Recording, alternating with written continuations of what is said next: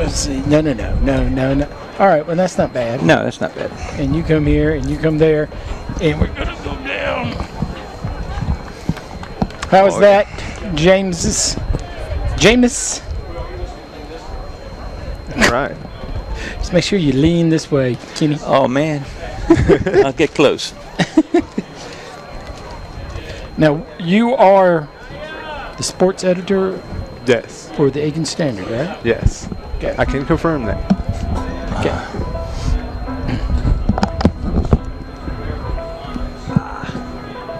I have here. I gotta get it up. You don't even need a comb. Put them in. Basically. That's why you got to get it cut.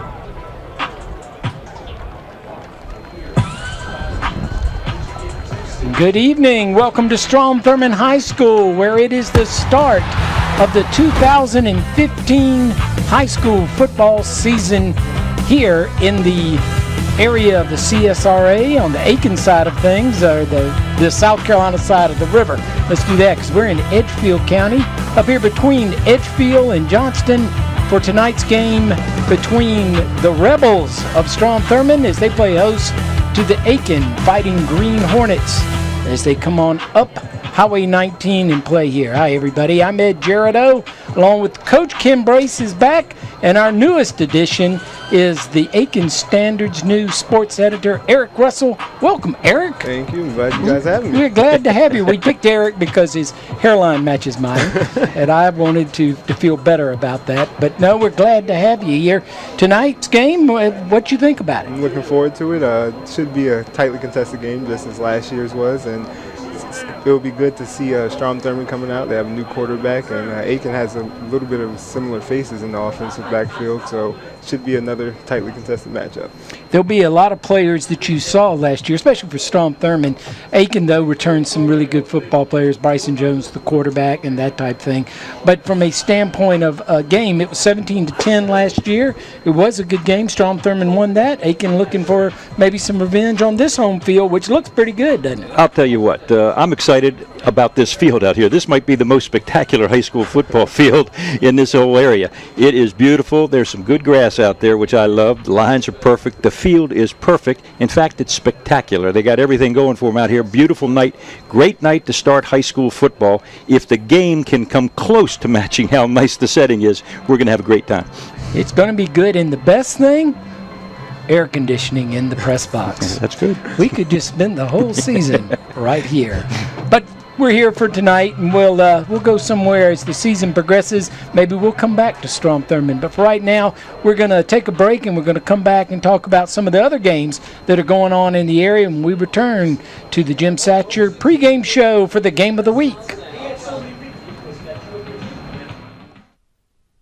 We give very good deals. We don't have the overhead and the dock fees and all the junk that all the newer, fancier dealers do. So people like that hometown atmosphere, and it works for us. And so we continue to do what works for us. And so we just like to keep it plain and simple.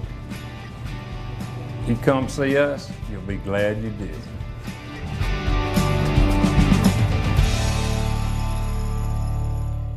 Weekends are for resting, relaxing, and recharging your batteries. A good weekend can also give you the time to catch up on business you couldn't get to during the week. For Security Federal Bank customers, that means banking business. What does 7-day banking mean to your banker? More importantly, what does it mean to you? At Security Federal Bank, being open 7 days a week means just that. That's why our Southside branch on Whiskey Road in front of Target is open for business every day, even Saturday and Sunday. We're proud to be the only bank to be open 7 days a week in Aiken County. Since 1970, Bragg Heating Company has been keeping Aiken and the surrounding communities comfortable. Our factory-trained staff can keep you on top of the latest in heating and cooling technology, and our complete metal shop allows us to make any specialty piece your home may need. We recommend the best systems for your home: Trane, Carrier, Mitsubishi ductless, and Bosch geothermal systems. We accept most major credit cards and offer financing, so when you need your system maintained, repaired, or replaced, call Bragg Heating Company. We're here to make you comfortable. Did you know in the United States someone dies in a drunk driving accident every 52 minutes? I know the statistics all too well. We represent the innocent victims of alcohol-related crashes. We see firsthand the devastation that alcohol can cause for victims and their families. Too often it leads to serious injuries or worse. On behalf of the Chandler Law Firm, a law firm representing injured people, we urge you, please don't drink and drive.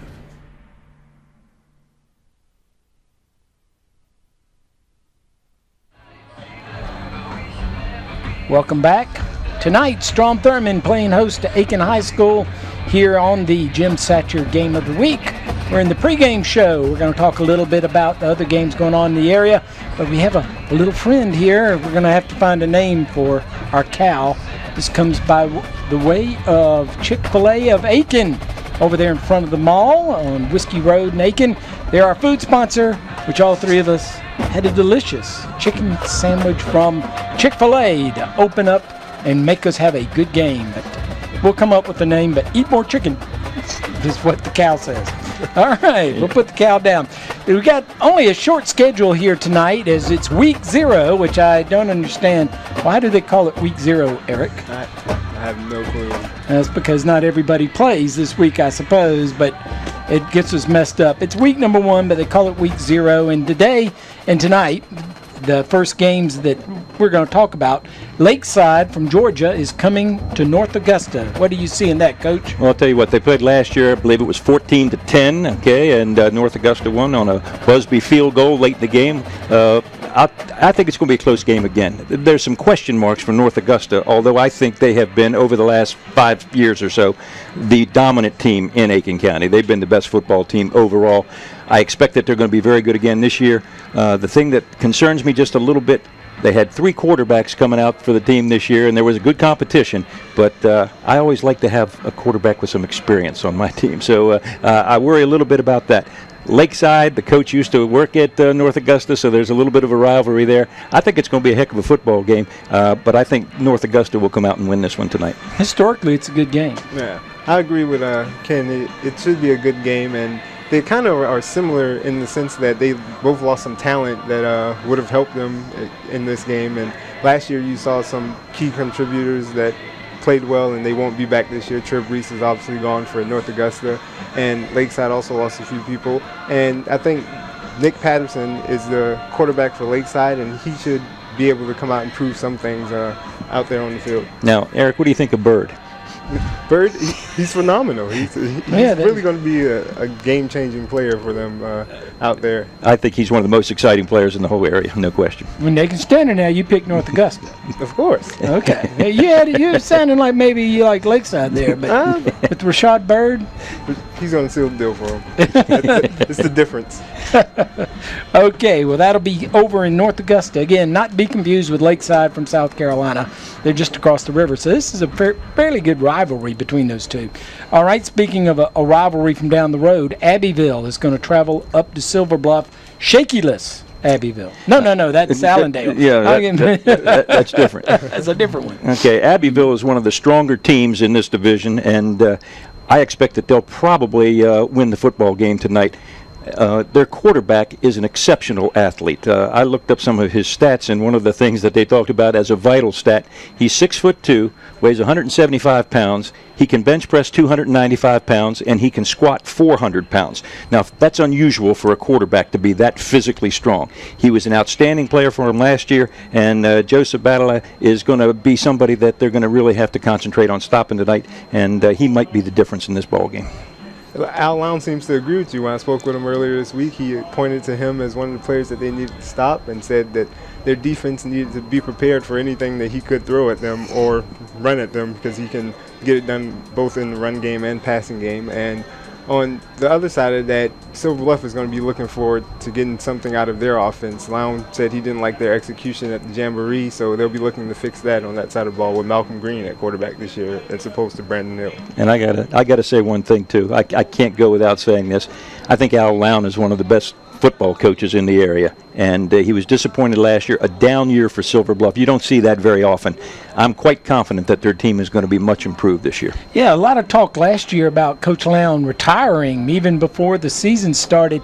Then the season was just not a Al Lown coach team type of season, and I think it reinvigorated him. I haven't heard any talk about him retiring. Yeah, a lot of that came from the youth of the kids. He wants to build them into something good, and he's sticking around to do that. Yeah, and I agree with Ken. He's a great coach. They'll turn things around. Williston Elko is at Bamberg Earhart. These two teams go after each other every single time they play. Last year, game was 7-6, and Williston came out on the short end of the stick last year.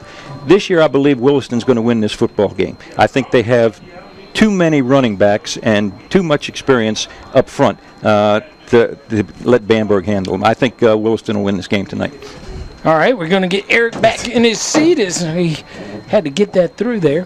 What do you think? I think that it should be another good game. I think Williston is going to pull it out this time. They have a strong run game.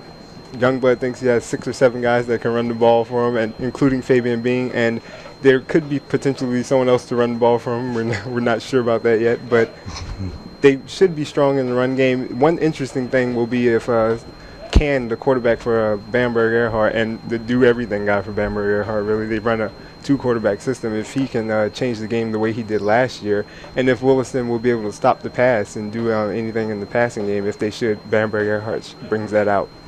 Yeah, Bamberg Earhart historically always been a fairly good football team. Williston Elko certainly the same. Should be a really good matchup.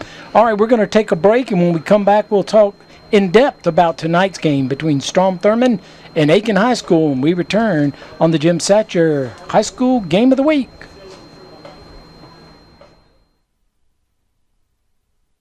Tyler's Tire and Auto Center, founded in 1963, family owned and operated for 50 years and dedicated to customer service with safety of your family, our top priority. Tyler's Tire is a full-service tire retail, tire repair, and automotive repair facility with ASC certified mechanics. Located in 2 locations, 1019 Richland Avenue West and 1518 Whiskey Road. Let our family take care of yours. Tyler's Tire and Auto Center. You've heard of 6 degrees of separation? In Aiken, it's more like 1 or 2. It's a rare day that I don't go to a grocery store and see a former patient, their mother or father, or son or daughter. That's the nature of practicing medicine in a relatively small town, especially emergency medicine.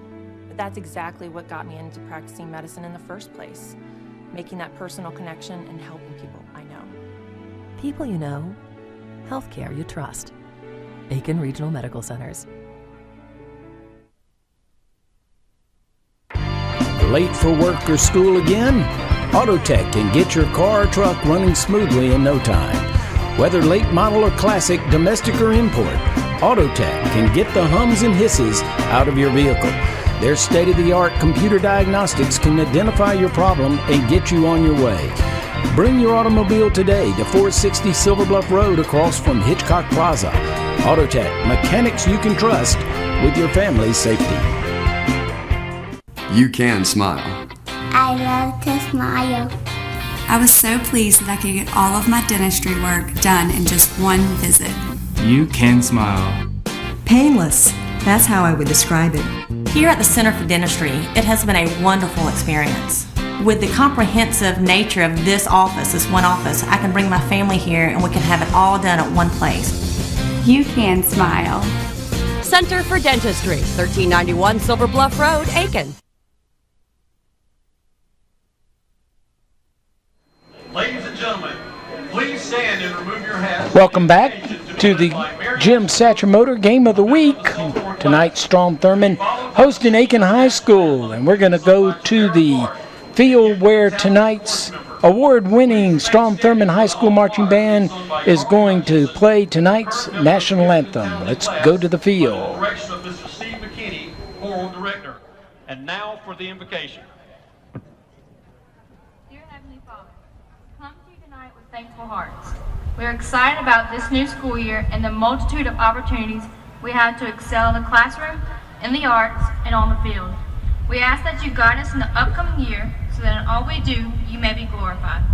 We praise you tonight for the freedoms we have and are thankful for the men and women who have fought to ensure this freedom. We ask that you continue to uplift those who are still serving our country, as well as their families. Finally, Father, we ask that you watch over all of the players tonight and keep them safe. Please help the players and the fans display good sportsmanship. May we all be mindful that win or lose, our true purpose is to exalt you. Amen. Ladies and gentlemen, the national anthem.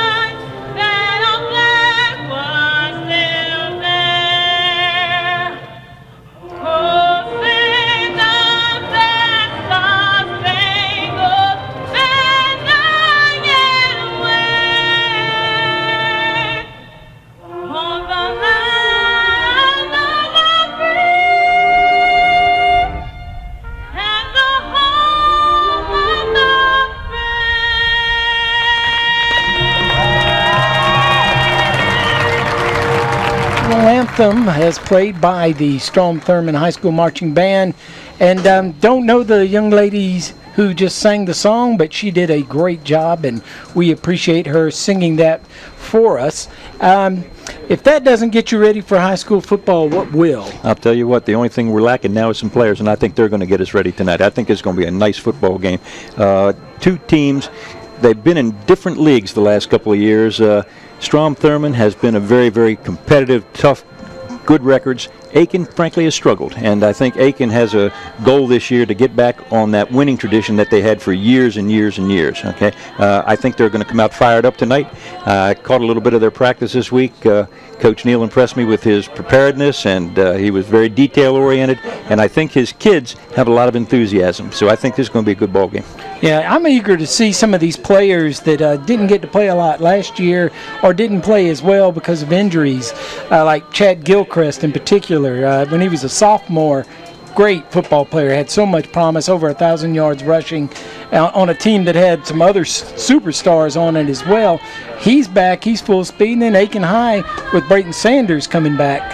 We've got some running backs who've got some speed. The running game should be good for both teams, and rack up some yardage there. And also with that, I'm interested to see the new quarterback for Strom Thurmond, Tyrese Nick. He was a wide receiver for them last year, and now he's on the other side of the passing game. And he still has capable weapons out there at receiver with DeAndre Ryan and a couple of other guys. So that should be another threat that Strom Thurmond poses. Yeah, DeAndre Ryan, we saw him play quarterback against North Augusta, and he was great at that. Well, he can play anything, all right? Yeah. And one of the questions that I have about the ball game tonight is just how well Tyrese Nick is going to be as the starting quarterback. It's a little bit different when you're throwing the football and having to make all those decisions rather than running routes and being a great athlete and being able to catch the football. That's my concern tonight about their offense. However, if Gilchrist has the kind of game that I think he's capable of, it might not matter who's handing the ball off to him, all right? But we'll see. Yeah, now Aiken High, like we said, Braden Sanders, Bryson Jones is back. Bryson, Carolina, they've got some good football players on their side too. Yeah, Bryson Jones, one of our reporters went out there this week, and he told them that he was looking to have a big game. I won't put out what numbers he said and put pressure on him, but he's expecting to perform well tonight. Let's just say that. And from a defensive point of view, we've got some pretty good defensive players coming back on both sides of the ball. We do. The thing that intrigues me about this, Strom Thurmond's been running the 35 for the last few years, okay? Aiken's going to be in that defense this year primarily. Now, they also were an even defense the last couple of years, but I'm curious to see how well they're able to stack up on defense against Strom Thurmond's offense with a predominantly new defense. But they looked aggressive the other day at practice, a lot of speed out there, so I think they'll do fine, but that's still a little bit of a question mark for me, I should say. All right, and I think their defense is a little bit of a question mark, but I do feel like they have some talent over there on that side of the ball that can get the job done. Carolina is a good athlete for them on both sides of the ball, and he should perform well on the defensive side as well. Yeah, and Nicholson from Strom Thurmond, 4 interceptions last year. He's a ball hawk. Yeah, he can get around there and defend the pass very well. And from a standpoint of Aiken High on their defensive line, they've got a returning player, the middle guard. I have to look at it real quick when they had the ball, but he's coming back Fuwell. Oh, yes. He's been a star for them over the past years, and they expect the same thing out of him this year, Neil and the coaching staff. He's one of the players that they look to be big for them this year and be somewhat of a leader. You know, the other thing that I'm curious to see how well it goes tonight, first ball game, I'm sure we're going to get a lot of penalties. That always happens. There's going to be some mistakes made. And the place that both of these teams have struggled a little bit lately has been special teams. And I'm curious to see how well they do with that. Are we going to get a bad snap like we did the first ball game last year that turned things around? Are they going to be able to punt the ball well? Are they going to be able to kick the ball well? That is crucial in high school football. So in a game where I expect some mistakes, some penalties, watch for special teams tonight to play a big role. Absolutely, and the penalties. And the first 2 games last year, we had Aiken, South Aiken. We had this game last year to open the season. Penalties played a big part in those games. The referees are in preseason form, too. they got a little bit of work at the Jamboree. So hopefully they got all that out of the way. All right, we're going to take a break. We come back, we're going to have the kickoff to the 2015 season here on the Jim Satcher Motor Game of the Week here on ASTV. At Specs Vision Center, we are focused on total eye care. Be it our large selection of designer frames, latest and contact lenses, or our great sunglass collection, we have just what you're looking for. Our doctors offer years of experience and use the latest technology to ensure a comprehensive eye examination. Late afternoon and Saturday appointments are available, so if you want the best in eye care, call Specs today at 642-9902. Unique Expressions in the Mitchell Shopping Center is a treasure chest of gifts for all occasions. The Collegiate Collection is second to none. South Carolina, Clemson, Georgia, ACC or SEC. Support your favorite school. From clothing to mailboxes to tailgating items, Unique Expressions has them all. Handbags by Spartina and the Vera Bradley Collection, and a U.S. Post Office on site for your mailing convenience. Stop in today at Unique Expressions, 1521 Whiskey Road. Choosing a physician you can trust with your family's health is an important decision. University Medical Associates has been dedicated to your health care for over 20 years, and Dr. Humans and his staff are ready to provide the quality care you and your family deserve. With short wait times, walk-ins and same-day appointments, an in-house lab by Quest Diagnostics, and 24-hour turnaround on sports physicals, it's no wonder Dr. Humans was selected Best Family Doctor in Aiken's Choice 2015. Come see us today, 934 Doherty Road in Aiken. You finally found your dream home, but it needs a few tweaks. New windows, vinyl siding, maybe a sunroom. Who do you call to do the job right? Since 1963, Bates & Sons has been proud to offer quality products for your home, installed with unsurpassed workmanship. Check out our latest jobs on Facebook, and you could win one of our monthly giveaways. Visit our showroom on Vaucluse Road or call 803-648-3581.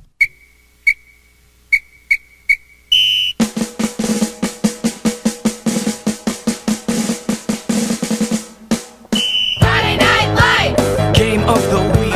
Friday Night Lights! Quarterback sneak. Friday Night Lights! Here's the call. Friday Night Lights. It's all about football. The grass is cut fresh, lines are out. The stands packed tight and the cheerleaders shout. The marching band blast out fight songs to sing. Yellow jackets and green hornets, let me hear you scream. T-Breds and Mustangs, rebels run the zone.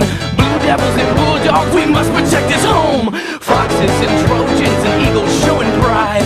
All the lights are on and we cannot be denied that Friday is the night we all become freaks, rocking with the high school game of the week.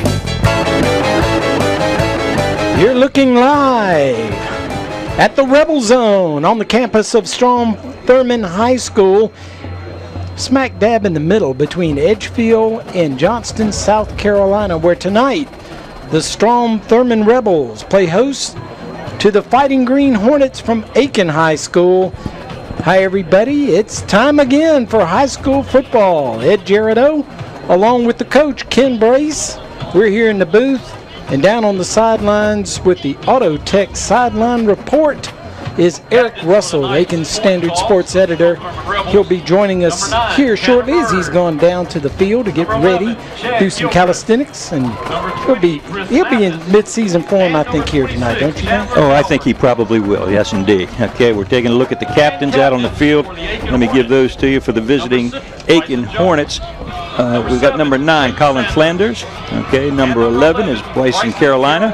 Number 20, Brian Weaver, and number 26, Tavante Johnson. Oh, that's the Strom Thurmond players. I think you got them. Oh, Strom Thurmond. I mean, yeah. That's Chad preseason. Yeah. Okay.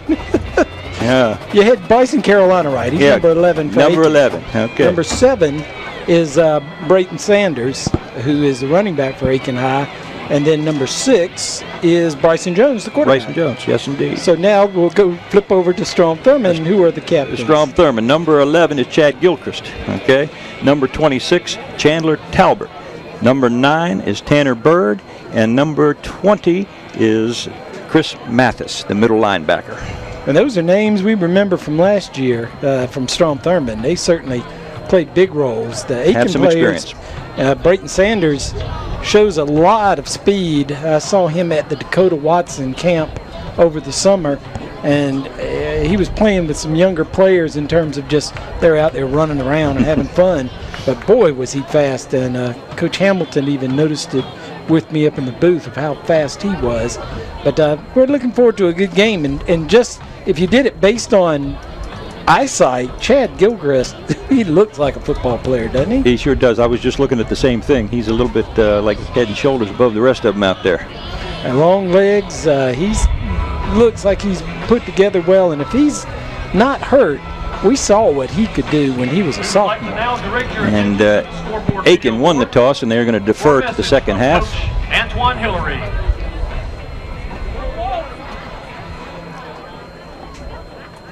Again, it's a beautiful night up here. It's not too terribly hot. Not for based on what we've had this summer up there in this area of the country. It's probably right around 90 degrees, and the temperature probably has fallen lower than that now. And like Coach pointed out before the game, the field is in beautiful shape. It really is. It's spectacular. And We're going to have Strom Thurmond receiving to start the ball game. Get a chance to look at that defensive unit for Aiken right off the bat. And we'll also get a chance, as I mentioned in the pregame, see what kind of kicking game they have. So the players, the captains will run back and join their teams, and they're going to come running out on the field, and we are not far from kickoff. We want to welcome our friends from WRDW, My 12, as they join us for another season. I think this is our 6th season.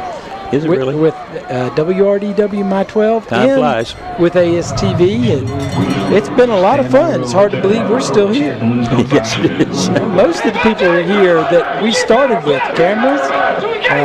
We've got Colin O'Brien on one of the cameras. Cindy's on one. David's on another. James Grigsby's our director and producer. And let's see, who am I leaving now? Well, Josh doing Josh is in there running the instant replays and stuff. I'm sure I'm still leaving somebody out, but all of these guys have been with us for a long time, some from the very, very beginning, and we're ready to bring you another season of football here in the South Carolina area of the CSRA. We may have a Georgia school every now and then come in. So here come the Rebels. And as usual, there's a big crowd here in the stands at Strom Thurmond. Strom Thurmond brings a big crowd. The Aiken crowd, a little late coming in, but they're filling in the seats over there. And one thing, Coach, at this point of the season, everybody's undefeated. Undefeated, and if I'm not mistaken, Strom Thurmond has brand new uniforms, it looks like to me. I don't recognize them from last year or the last couple of years. I think they're brand new uniforms, and there is an old belief that when you dress players well, they play better. And if that works, Strom Thurmond's in good shape here. Really sharp-looking uniforms out there. Now, did that work for you when you had new uniforms, the players who were actually on the field? Actually, sometimes it did work. Yeah, they get real excited when the new uniforms come out. And that fades about the third, fourth game, right? Well, maybe the third or fourth play, but they're excited to start it. All right, as Coach pointed out, Aiken High School won the toss, deferred to the second half. They will kick. Strom Thurmond will come out and receive. Aiken will defend the south goal. We've got DeAndre Ryan deep for the kickoff, and he's joined by Chad Gilchrist. Those two are very dangerous, and Malik Nicholson. I'll be surprised if they kick it real deep against that trio. We're about to find out as the 2015 season is about to get underway. Here we go from the Rebel Zone in Edgefield County. A little short pooch kick. Gilchrist comes up, feels it on the hop. He's got it. Gets up, breaks a tackle, comes across the 25 and down at the 30-yard line. And that is where Strom Thurmond will start the season. First and goal at the 30-yard line. And I really think that's a good special teams play. They did not kick it deep, and it got a little bit mishandled. So they're getting the ball on the 30-yard line, but that shows some respect for those three deep receivers. That's a Everett Chandler Law Firm. First and 10 at the 31 as they come out. Handoff. That's Gilchrist. And we expect to see a lot of him as he gains 3 yards to the 34-yard line. Number 11, Chad Gilchrist. Strom Thurmond in a spread formation. A little bit of a wrinkle. They had one of their up backs lined up right behind or in between the right guard and the right tackle.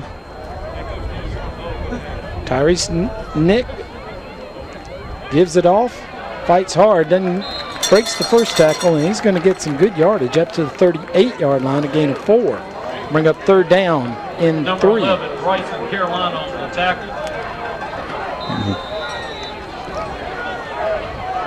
He was stopped pretty much at the line of scrimmage, but he kept moving his feet, picked up 4 yards. 3 split wide to the left. Going to ride it off to Gilchrist. Gilchrist gets a blocker out there, gets the first down out to the 45-yard line. A pickup of 7, we'll call it 8 yards as he's out to the 46-yard line.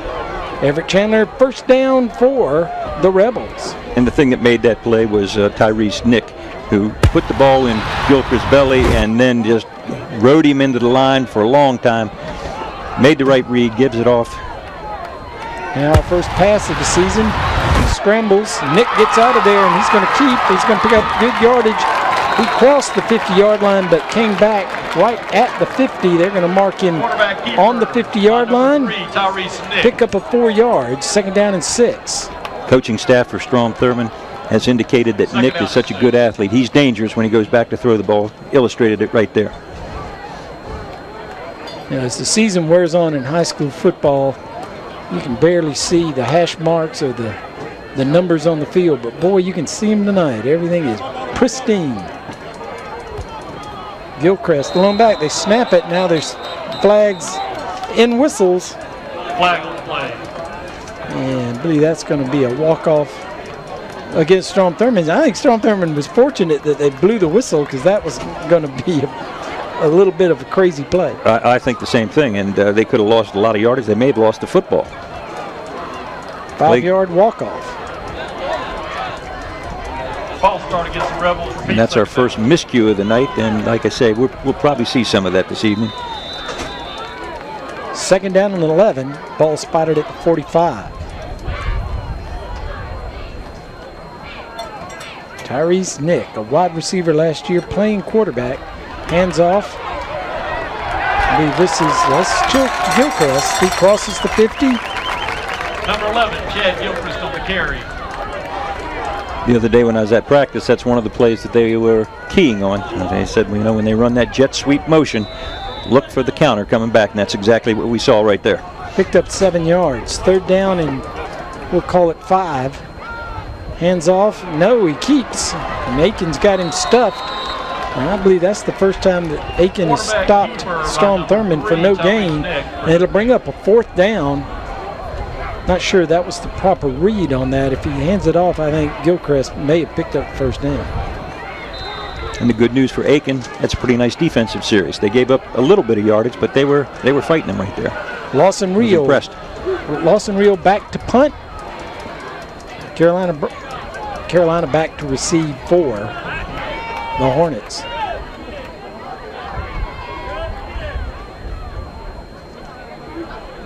Reel gets it easy enough, gets it off. Little end over end to the sidelines, kicks out of bounds at the 30-yard line. So Aiken will start on the other end at the same spot Strom Thurmond started their season on offense at the 30. Aiken will do the same. 1st and 10 from the 30-yard line. You know, Ed, one of the things you have to admire about Strom Thurmond, they'll play anybody. Okay, they're not afraid of anybody. They're playing up 4 out of the 5 first weeks. That's pretty impressive. They're playing 4A teams, 3A teams, and they're willing to see how they stack up against bigger teams overall. That's an interesting spread as they go to the wing tee. Number 5 for Aiken High School is Tremaine Simpkins. Malik Nicholson on the tackle. Run by had his picture 5 in the paper this week running the ball during the jamboree, and the young man that was leading him around the corner there was Brayton Sanders. Bryson Jones, the quarterback. Pickup was a yard. Second down and 9. Handoff straight in the middle from a fullback dive type of play. Talk about number 26. That was Sanders. That was Sanders. He's got the long hair. You should be able to tell who he is. And number 7. We can't see his number all the time. We'll have to look for the hair. 3rd down and 4.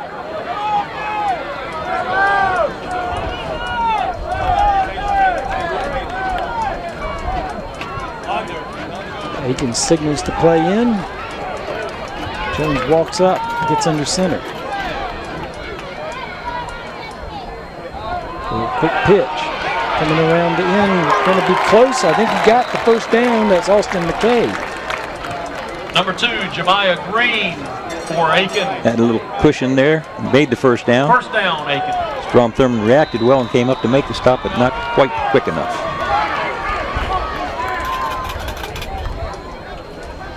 I think we have a change in numbers because Austin McKay's number 2 and a kicker. So I think they said that was Green on the carry. There's a handoff. Not a handoff. I think it was a keeper. I think Jones kept it and picked up a yard. Second down and picked up 2 yards. Second down and 8. Gain of 2 on the play. Second down and 8 for the Aiken High. Yeah, we've got 2 different numbers here, but that was Jeremiah Green, who is wearing number 2. Right. And we have him as 40 in the paper. So if you've got a roster from the Aiken Standard, you're going to change that. Number 2 is number 40. He dropped the ball, and Strom Thurmond's going to have the first turnover of the season at the 41-yard line. And as we said, they got some of those kids out there will be a little bit nervous tonight. Jeremiah Green got hit and let go of the football. He's only a freshman, 9th grader out there, and on a big stage tonight for him. Sanchez Singleton with the recovery for Strom. So they take over at the 41. Back to pass. There's the first pass. DeAndre Ryan. Should be no surprise that he would catch it. 20-yard gain down to the 21-yard line. Everett Chandler, 1st and 10 for Strom Thurmond. Very good protection that time. Great pass protection.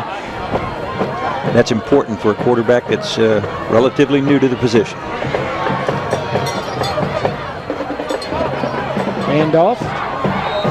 Gilchrist. Gilchrist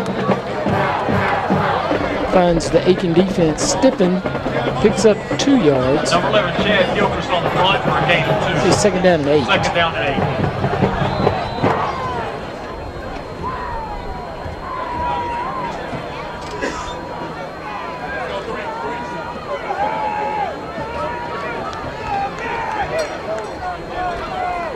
And Keat, Nick weaves his way through, gets down to the 15-yard line, picks up 5 yards.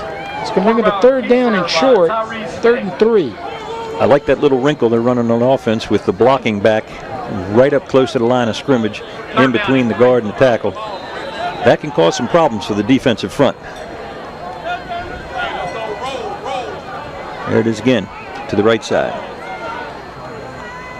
Handoff. Gilchrist finds a little hole in room, gets down close to the first down. Let's see if they spot him at the 12-yard line. That may be just short of the first down. It's right at it. This may be 4-down territory. And they're going to call the chains in. Official timeout to measure for it. So far, Strom Thurmond's looked good running the football, and of course they threw the 120-yard pass. That's right, and we expect them to run the football effectively, especially with Gilchrist back there. And he got a couple tough yards there. And his knees came down. There was some question as to the spot, but I think it was a pretty good spot. So he is just short. It'll bring 4th down and inches. And I'm curious, again, a lot of things we'll find out right away.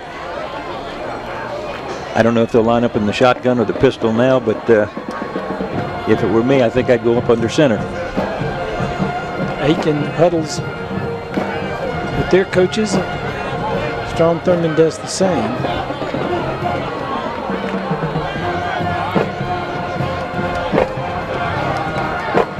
This is an important play for Strom Thurmond early in the ball game. Fans, let's get behind our team. They're in the red zone.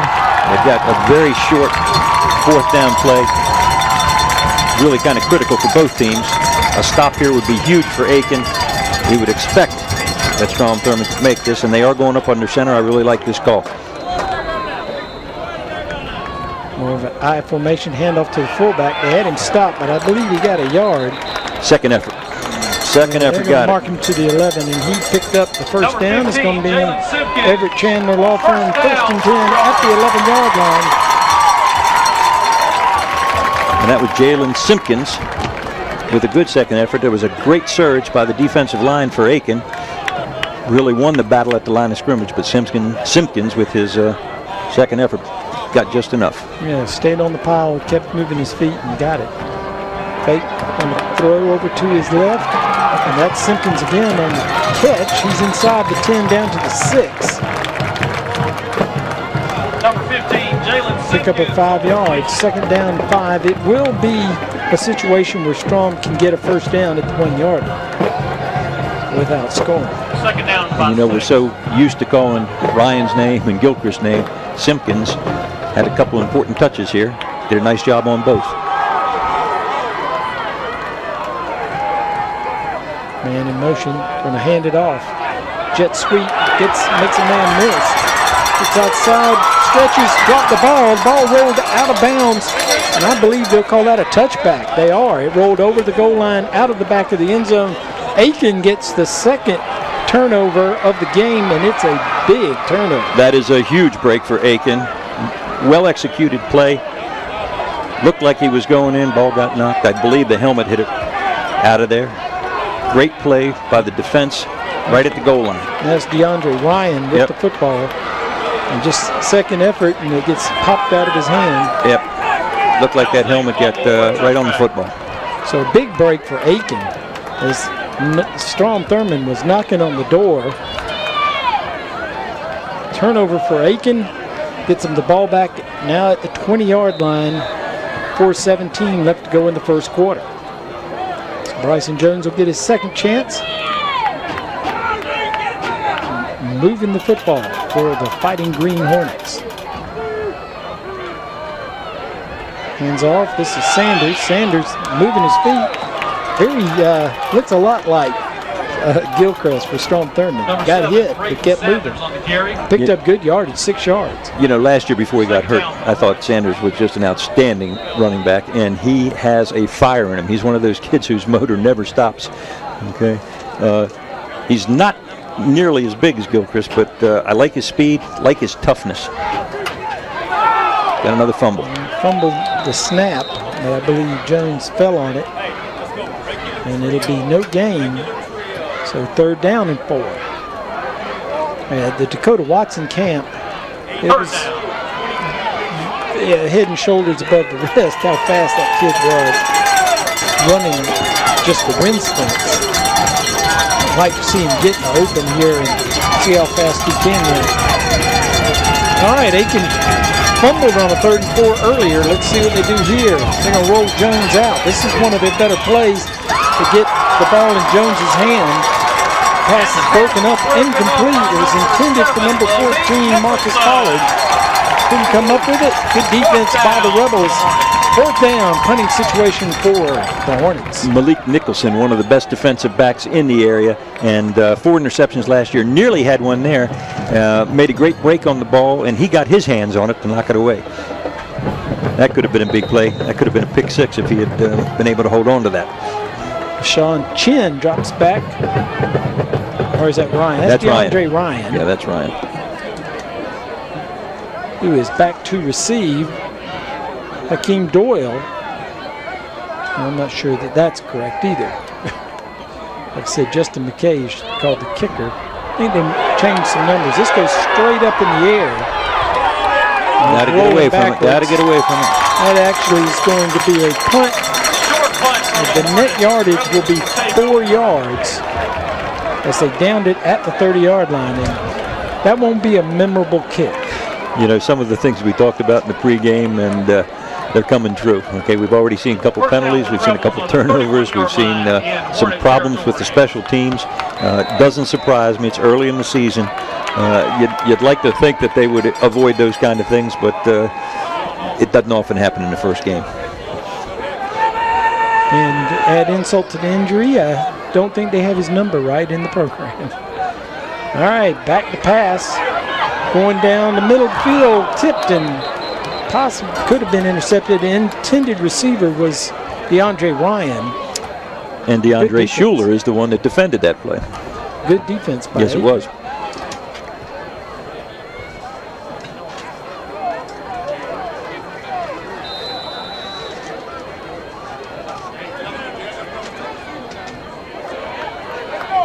Well, there we go. Yeah, that might be better. Got a different roster. You got all kinds of things up here. So it still says Hakeem Doyle for 15 is the punt. All right. Keeper down to the 25 gets to the 25-yard line, pick up a 6. So 3rd down and 4 for Strom. And that was a nice read by the quarterback, Tyrese Nick.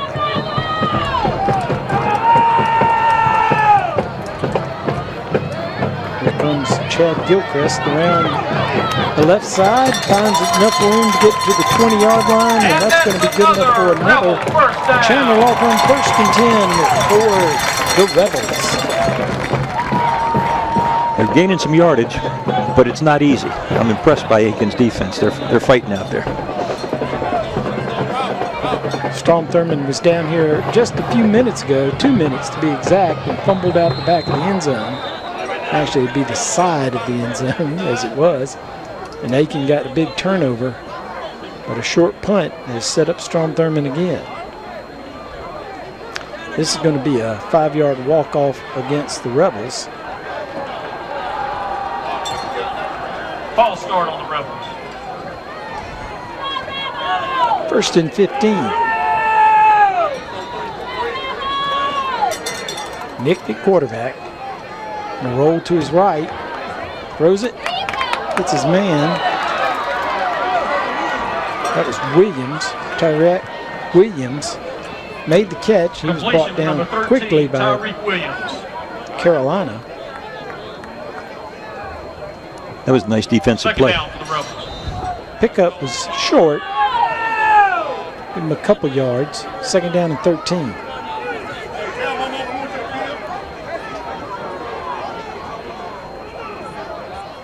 Going to keep, get around the right side, not too far. Stretches out to the 21-yard line. Quarterback keeper, number 3. 52, Shelton Wood. 3rd down. One of the defenders on the tackle. And once again, Bryson Carolina in there. He's got speed, and he's not afraid to come up and hit you.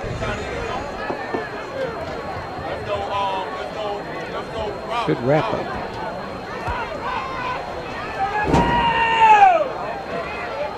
Third down, long. Going to keep, almost steps through it. Going to be down at the 15-yard line. It's going to bring up 4th and 5. And Nick was just about a step from probably getting at least the first down, if not maybe taking it all the way to the end zone. Strom Thurmond looking to get it in the Tyler Tire end zone for the first time this evening. I think we'd have to look at Ryan. I believe he's going to get the single coverage. All right, 4th down, we'll call it 6. Ball was at his feet, did a good job picking up. He's going to come back with screen pass to Gilchrist. Gilchrist got blockers, fights his way inside the 5, into the end zone, touchdown, Rebels. Beautiful play, well executed. Got him open on the left-hand side, and he had a host of blockers in front of him to carry him into the Tyler Tire end zone. For the first score of the season goes to Strom Thurmond, the extra point coming up. Gotta feel good for Tyrese Nick. Showed great poise on that play. Took his time, delivered the ball very nicely. Touchdown. Lawson Reel to try the point after. Gets it up, and it's just over the crossbar. It's good. And our first score makes it 7-0 here at Strom Thurmond as the host lead over Aiken High School, 7-0.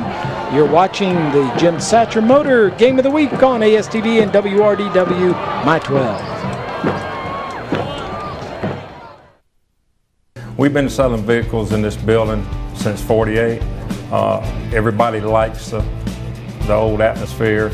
We have old pictures of Granddaddy and Daddy and the old license tags and a lot of memorabilia from over the years. So people feel at home when they come up here. But right here in this very building, we started and we're here now. You come see us, you'll be glad you did.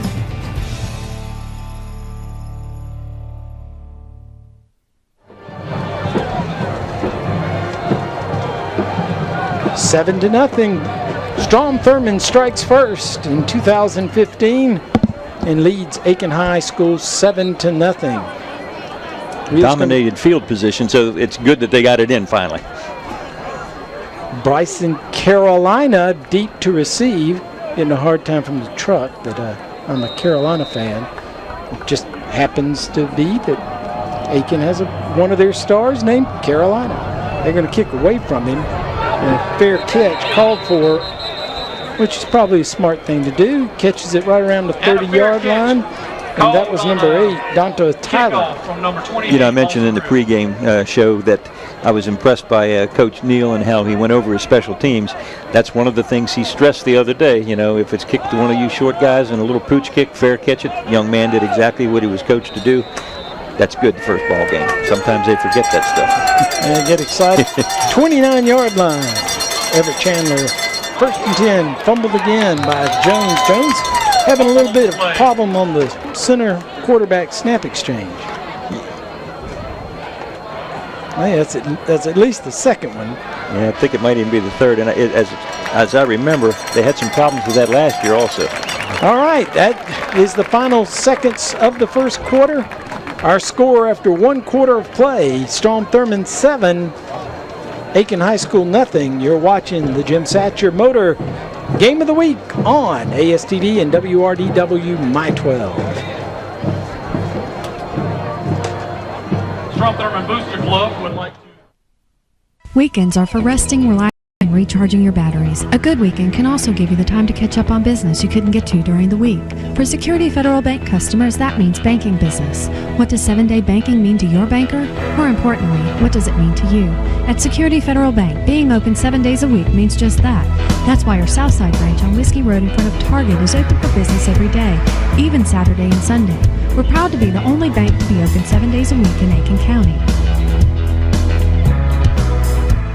Weekends are for resting, relaxing, and recharging your batteries. A good weekend can also give you the time to catch up on business you couldn't get to during the week.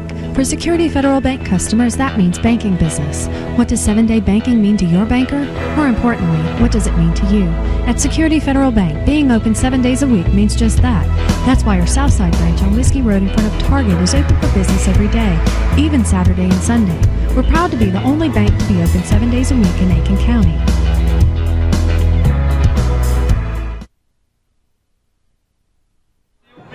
Security Federal Scoreboard says Strom Thurmond 7, Aiken High School nothing. As Strom Thurmond just finished off a 30-yard drive, put it in the end zone after a short punt. Chad Gilchrist on a screen pass took it the final 16 yards for the TD and leads here as we start the second quarter. The Jim Satcher Motors Game of the Week. And we're proud to welcome Jim Satcher as our sponsor of high school football. Especially when we're here at Strom Thurmond. Jim Satcher's Motors just down the road in Johnston. All right, pass was complete. And that's Aiken's first completion, and that goes to Quamaine Simpkins. Picks up 6 yards, 2nd down and 4. Giving him 7. It's 3rd down, that's right. That was on the I was going to say, should be 3rd down. 3rd down and 3. Hand off to Sanders. Sanders hits a pile, keeps his feet moving, but he's going to come up about a yard short, I do believe. Very good penetration by the Strom Thurmond defensive line. Hit him 3-4 yards deep in the backfield. To his credit, he was able to pick up a little. Not quite enough. 4th and 1. Aiken staying on the field. Watch for the hard count. This is something that they say Bryson Jones is extremely good at, the hard count.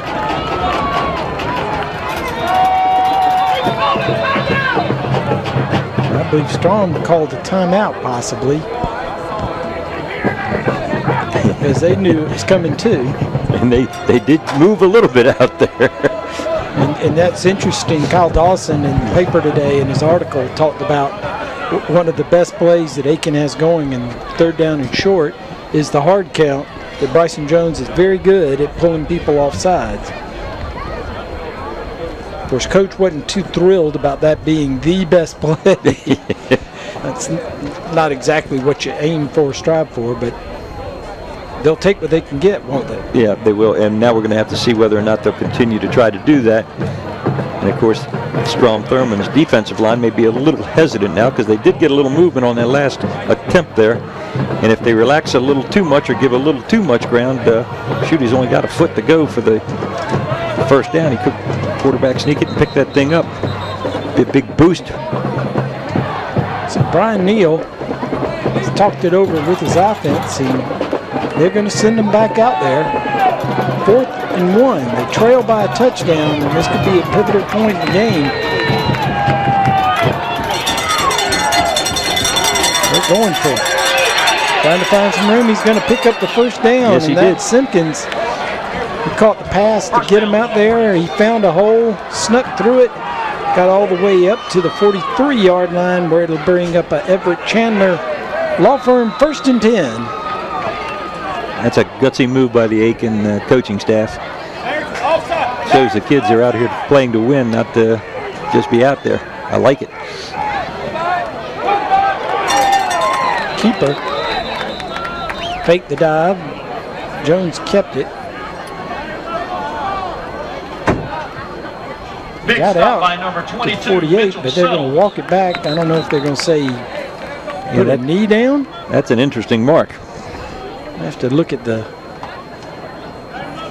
specs. Did you see that replay? As the football Let's see what happens here. I don't know how they... No, I think his knee came down, but it came down at the 45-yard line. He definitely picked up positive yardage. No, what they can do say is, well, there's a flag down there. There's a flag on the field. Did not see the flag. No flag.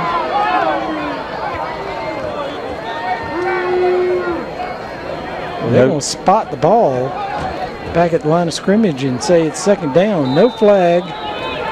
And they kind of blew that one. If it's 2nd down, they shortchanged him for sure. So Aiken comes up on the short end of the stick on that.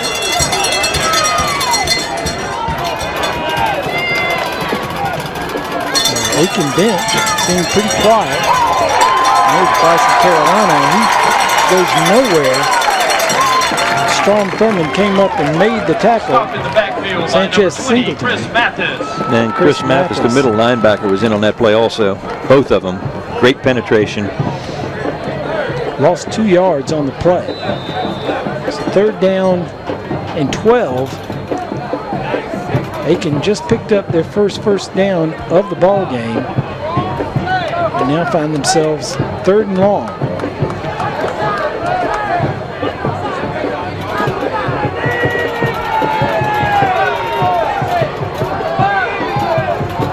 Pistol formation. Jones drops back. Gilchrist on the rush. Gilchrist going to finish him off. Inside the 30, they're going to mark him at the 31. So his forward progress was there as he's standing back. But a big loss, sack by Strom Thurmond. And 4th down, the punting unit. Come on. It looked like Gilchrist enjoyed himself play. He's used to getting hit, and then he could be the hitter on that play, and did a really fine job. Overran the play at first, comes right back, stays with it, and makes a big play. All right, Marcus Pollard is on to punt for Aiken. Ryan deep to receive. This time's a good punt, but Ryan's going to have a return. Catches it at 38, stops, comes back straight up the middle. He's going to be tackled. Picked up 5 yards to the 43. So Strom going to come back. There is a flag down at the 30-yard line. And we've got some yellow laundry on the field. And we're going to have another discussion. You see that at all levels of football now, don't you? Every time there's a flag, they got to discuss what's going on. At least we don't have instant replay yet in high school football. I'll tell you what, the instant replay in baseball, sometimes they take a little long. But I think it's been pretty good. I mean, that's going to be a personal foul. Personal foul. They're going to mark off 15 yards, and I believe that's automatic 1st down. They're giving him a first. So a big break for Aiken. Aiken's gotten a couple of breaks. Got the big turnover that went out the side of the end zone on the fumble at the 1-yard line by Strom Thurmond. Now a 15-yard penalty on a personal foul. And the coach is asking for a little explanation. I didn't see anything, and I don't know whether we got an instant replay or not, but... Well, the flag was at the line of scrimmage, not back where the punter was. And there's still some discussion going on as to what it was over on the sidelines. The referee.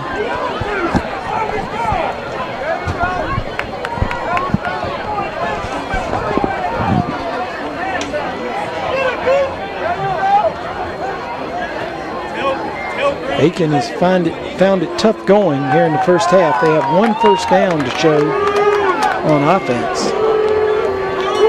And their biggest play was that penalty right there. It was a 15-yard walk-off to the 46-yard line. Now they're going to have a stoppage of play. This may be one of those infamous water breaks. So while we've got a timeout on the field, we'll take a timeout with them with the Bragg Heating Company timeout on the field. We'll be right back. Did you know in the United States someone dies in a drunk driving accident every 52 minutes? I know the statistics all too well. We represent the innocent victims of alcohol-related crashes. We see firsthand the devastation that alcohol can cause for victims and their families. Too often it leads to serious injuries or worse. On behalf of the Chandler Law Firm, a law firm representing injured people, we urge you, please don't drink and drive.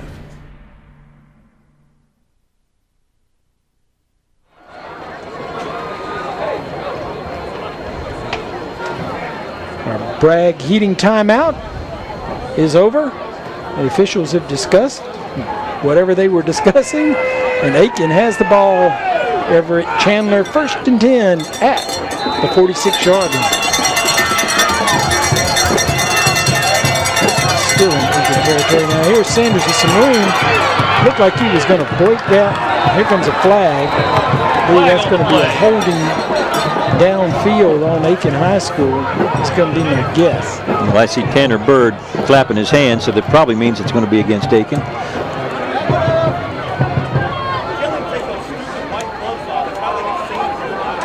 Now what all too often happens, we can't run a play without a penalty, and it sort of destroys the tempo of the game as far as I'm concerned. It gets and now they're walking it back. There's holding against the Hornets. One of the wide receivers downfield. So that negates a pretty good run. It's still 1st and 12. I think that was the best run they've had so far tonight. Unfortunately, got called back. Quick handoff, and they is stuck. That's going nowhere. Sanders loses a yard. 2nd down and 12. Number 20, Chris Mathis, stopping him on the play. Mathis once again on tackle. Got some help from Jemiah Harrison.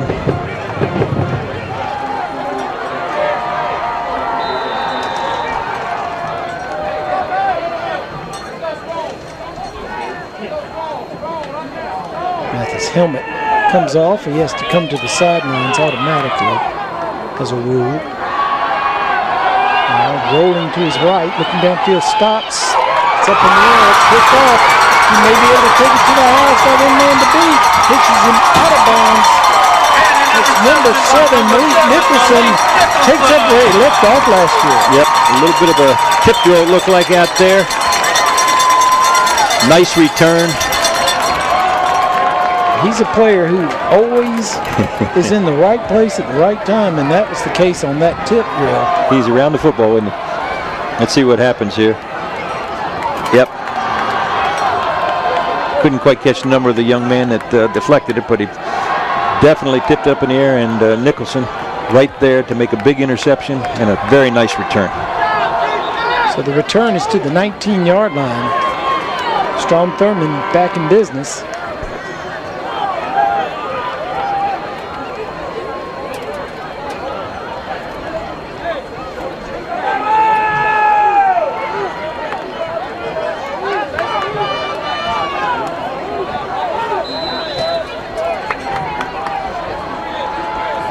Tyrese Nick, the quarterback. Reaches down, hands it off to Gilchrist, makes a two-man miss, gets inside the 15 down to the 13. Now we're going to have flag. penalty. So like you said, now we start seeing a tit-for-tat on the flags.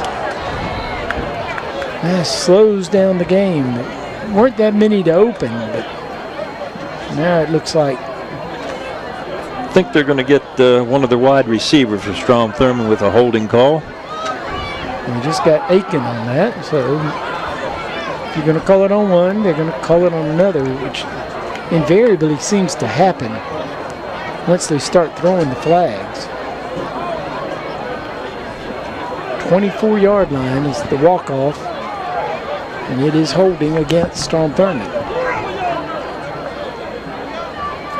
So it remains first down.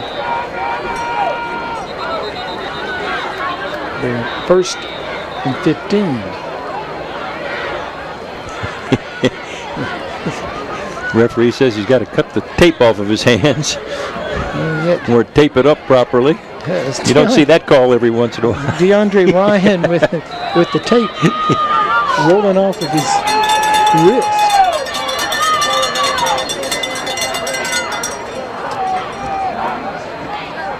Nick gets the signal, calls out the play. Gilchrist beside him, hands it to him. Now he keeps.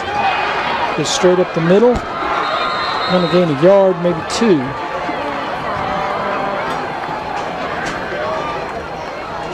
Yards are tough to come by so far tonight for both teams, really. Good reaction by the linebackers on both squads. 22-yard line.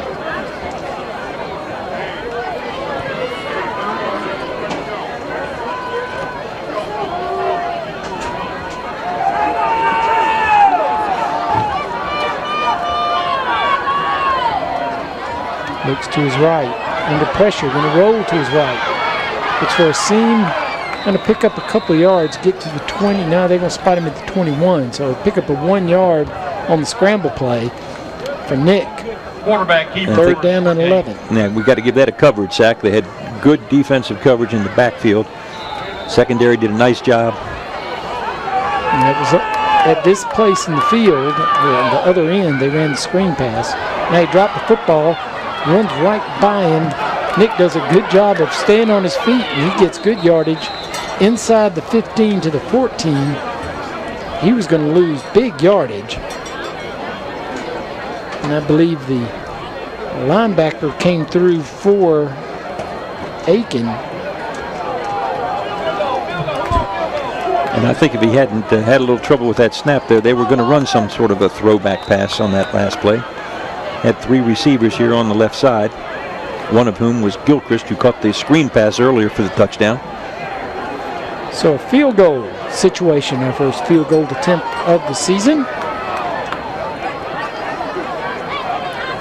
Lawson Reel, kicker and punter. Let's see what kind of leg he has. Got an extra point. See, this one will be from 32 yards out. Spot kick is up. It's going to be short, maybe a little wide to the right. So Aiken holds again.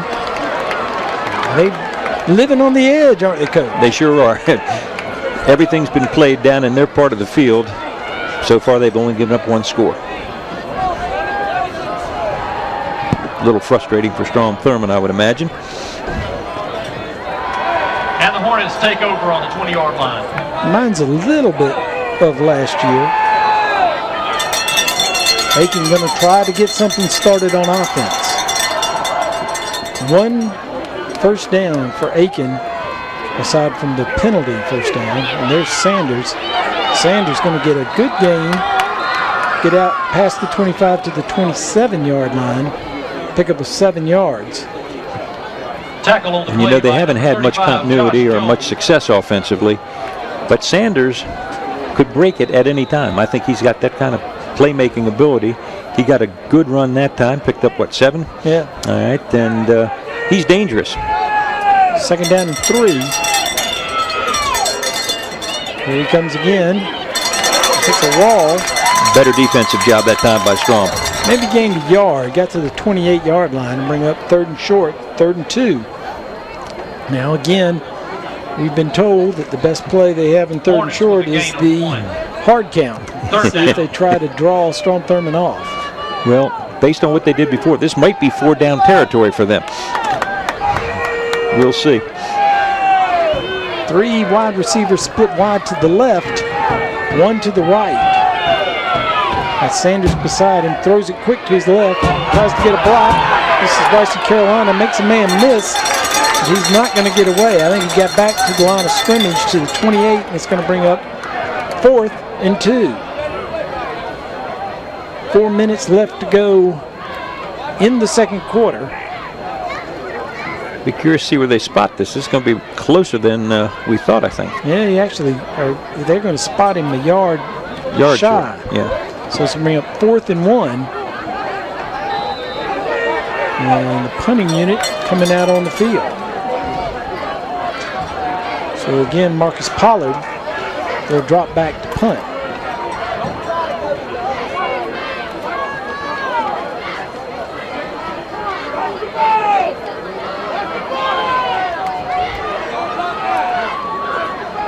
The snapper is Flanders, the middle linebacker. And now we got a whistle. I don't know if we've got a timeout.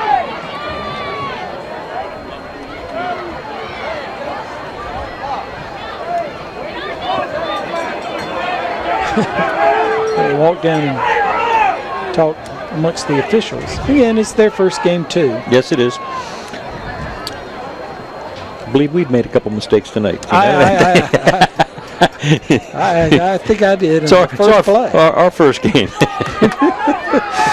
I think I called it 1st and goal. So we shouldn't be too tough on either the players or the referees. No.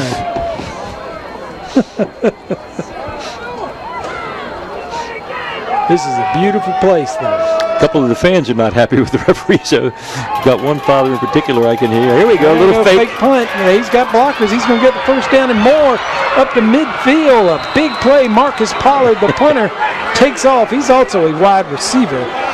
So it makes sense that he would have some speed. And Aiken pulls one out of their pocket after they had the timeout on the field with the officials talking. And that may have worked to Aiken's advantage. I'm sure they had the fake punt on to begin with. I would think so. And I'll tell you what, they're pulling out all the stops tonight, aren't they? And I got to believe, Brian Neal figures we don't have anything to lose. Absolutely. Okay? They're playing at Strom Thurmond.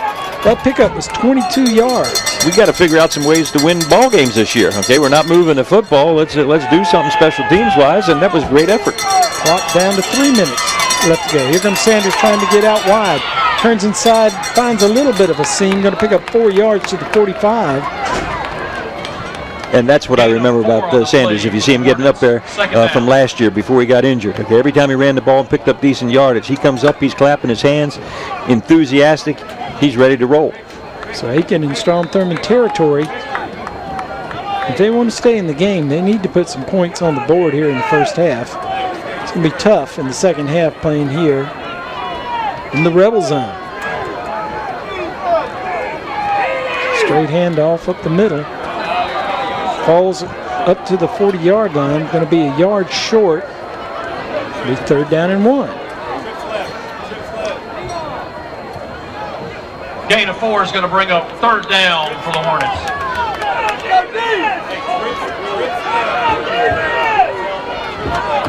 And Strom Thurmond's defense has been on the field quite a bit. Yes, they have. And Aiken finally having a little bit of success moving the football. Now, they got fooled on the special teams play, and that has set all of this up. Hands it off to Sanders. Sanders, no, it's a keeper. Bryson Jones keeps moving his feet. Now he's in the open field. He's got one man to beat. He's in the open field to the 10-5. Touchdown. Aiken is on the board. We are an extra point away from a tie ball game. And I'll tell you, 2 minutes ago, who would have thought this? That's exactly right. Okay, they've got a little spark right now. That's a nice play by the quarterback.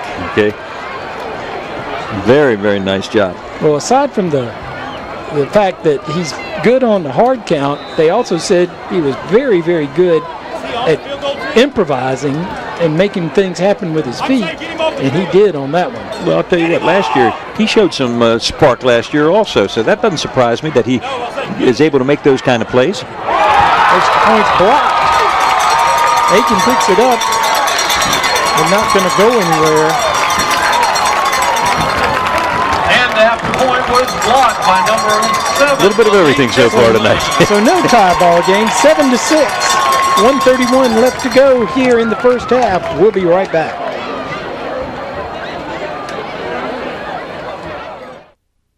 Tyler's Tire and Auto Center, founded in 1963, family owned and operated for 50 years and dedicated to customer service with safety of your family, our top priority. Tyler's Tire is a full-service tire retail, tire repair, and automotive repair facility with ASC certified mechanics. Located in 2 locations, 1019 Richland Avenue West and 1518 Whiskey Road. Let our family take care of yours. Tyler's Tire and Auto Center.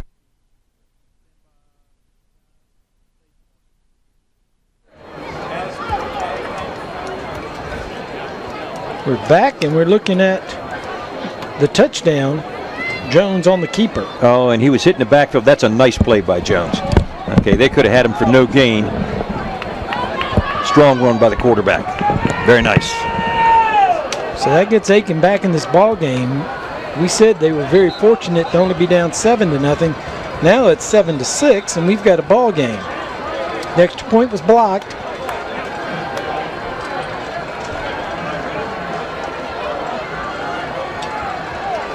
Again, they list 15 as Hakeem Doyle. The kickers they actually list as Austin McKay and Aggie Patchen. We don't know if a number's been changed, but we'll go with what we got here is 15 kicking. A short kick, caught around the 16-yard line, bringing it upfield, got a seam, and that's Cressy fumbled. Big hit, big hit. Ball's loose. Aiken says they have it. Bryson Carolina's walking toward the end zone.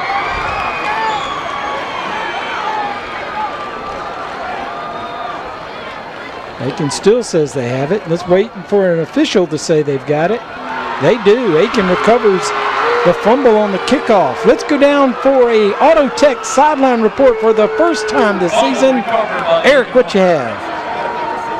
All right. We talked a little bit about Rashad Bird earlier having a big game, and he's already returning an interception for a touchdown. And North Augusta leads Lakeside 12-6, and Bamberg is also up on a touchdown on Willis and Elko in their game. All right. Thank you, Eric Russell, the sports editor. Eric, you still with us? Yeah. How do things look from down the field? We got a timeout on the field. We'll let you talk a little longer. Well, it looked pretty good on that. Actually, on that extra point, Strom Thurmond had some trouble getting the setup out there, and that's what led to the kind of rush kick. And on the penalty down there, you talked about the referees, and on the penalty, they called the roughing the snapper, and Hillary was not too pleased with that. So I guess the referees have already played a role, like Ken said. Okay. Coach Hillary came out and argued it and got him to talk about it at least, but that's what it was. It was at the line of scrimmage, and I believe Flanders is the snapper, so they just hit him. They're defenseless. They're not supposed to hit the center, right? Yeah. So that would be what it was, Coach. I think that's right. That's why we have a sideline reporter, Eric Russell, out there filling in for us. That does clear it up. All right. Good job on your first one, Eric. All right. All right. The Auto Tech sideline report. Go down and see Steve and all the gang, Jen, at Auto Tech over on Silver Bluff Road. Wonder if we have can we get a replay maybe on the kickoff? See who made the hit on Gilchrist to cause the fumble? Let's go to the specs. Did you see that replay? And it's coming up. And there comes the ball. And there's Gilchrist. He breaks a tackle or two and looks like he may get big yardage and a big hit coming here. All right, looks like number 10 to me made that hit, and that's Kendrick Sanders. All right, back to live action. Jones going down the middle of the field, intercepted by Strom Thurmond. And here comes a big return back the other way. Cuts across the field. He's got some blockers in front of him. He makes another man miss. This is DeAndre Ryan with the ball. And of all the people to make the interception, probably the best athlete, Strom Thurmond.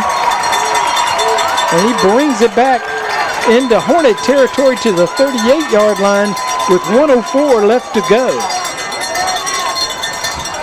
Tell you what, we've got a lot of excitement here the last couple minutes of this first half. After maybe not so much excitement, a few flags, a little sloppy play here or there. They've got all kinds of things going on here in the final 4 minutes of the ball game, of the first half. Okay. Now I want to see what they come up with here. They got 1 minute and 4 seconds left. Let's see if they have anything special to get this ball in the end zone.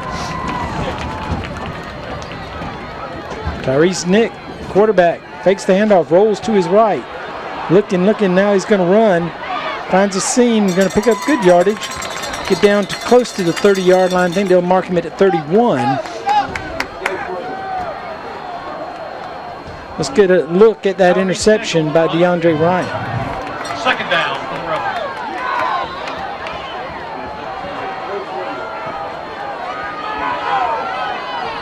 Nice play. Nice play. All right, here's a pass to the left side. Got a little screen, bubble screen. That's going nowhere. They tried to take advantage of Ryan, get him the ball, but he was tackled very, very quickly. Good play by Aiken High. A timeout called immediately. On the tackle was Miles Coverson Springs. Miles and his brother Matthew both start on defense, 23 and 24. And I bet I don't know if they're twins or not, but I bet they have a hard time keeping them straight. All right, Rebel fans, let's get out. All right, timeout on the field. Strom Thurmond going to talk about it. It'll bring up 3rd and long when we get back. Red ticket. Choosing a physician you can trust with your family's health is an important decision. University Medical Associates has been dedicated to your health care for over 20 years, and Dr. Humans and his staff are ready to provide the quality care you and your family deserve. With short wait times, walk-ins, and same-day appointments, an in-house lab by Quest Diagnostics, and 24-hour turnaround on sports physicals, it's no wonder Dr. Humans was selected Best Family Doctor in Aiken's Choice 2015. Come see us today, 934 Doherty Road in Aiken. Make sure you stay tuned for the end of tonight's game where we'll name the Tal Wilkins Center for Dentistry MVP of tonight's game. All right, 3rd down. We'll call it 7. Long 7, 27.7 seconds left. Man comes in motion is Ryan. Back to pass, looks to his right, going downfield, one-on-one coverage, turns around, goes through his hands, almost made a nice catch, turning back. And good defense over there by Aiken brings up 4th and long. They've got to get to the other side of the 29-yard line.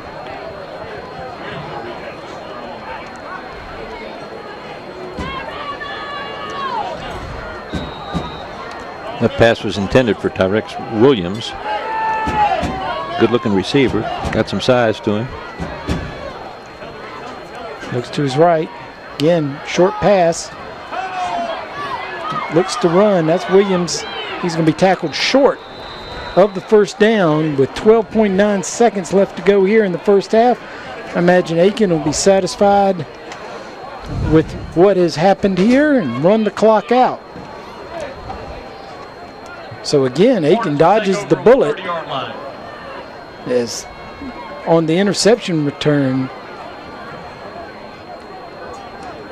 Strom Thurmond unable to move the football and get themselves points on the board.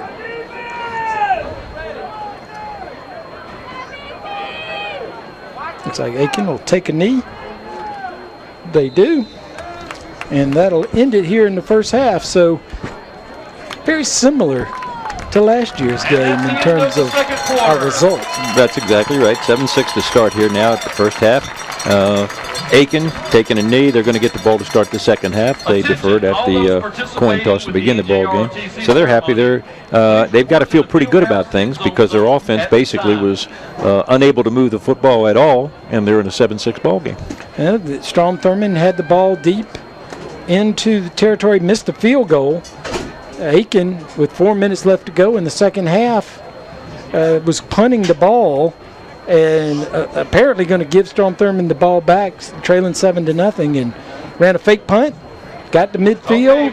Then quarterback Bryson Jones got away and got down the field, and they're down by 1 point, and they've got to feel good that they're there. I agree with you completely. All right, and Pollard did a nice job on the fake punt.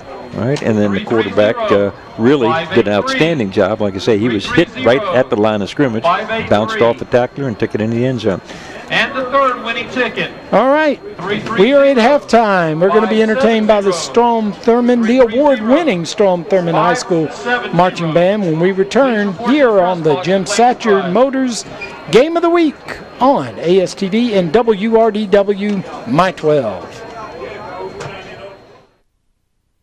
We give very good deals. We don't have the overhead and the dock fees and all the junk that all the newer, fancier dealers do. So people like that hometown atmosphere, and it works for us. And so we continue to do what works for us. And so we just like to keep it plain and simple. You come see us, you'll be glad you did.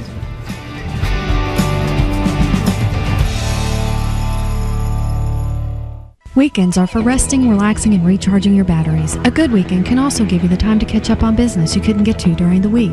For Security Federal Bank customers, that means banking business. What does 7-day banking mean to your banker?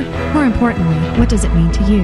At Security Federal Bank, being open 7 days a week means just that. That's why our Southside branch on Whiskey Road in front of Target is open for business every day, even Saturday and Sunday. We're proud to be the only bank to be open 7 days a week in Aiken County.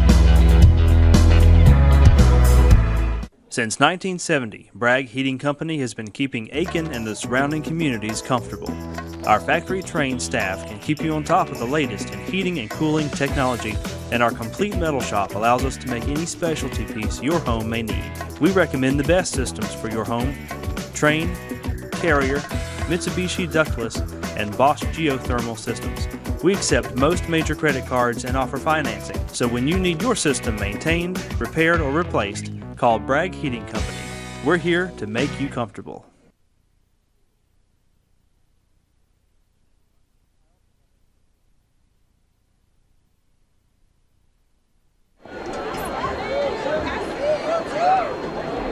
We're back. Strom Thurmond High School, where tonight Aiken High School has come up Highway 19 to play the Rebels.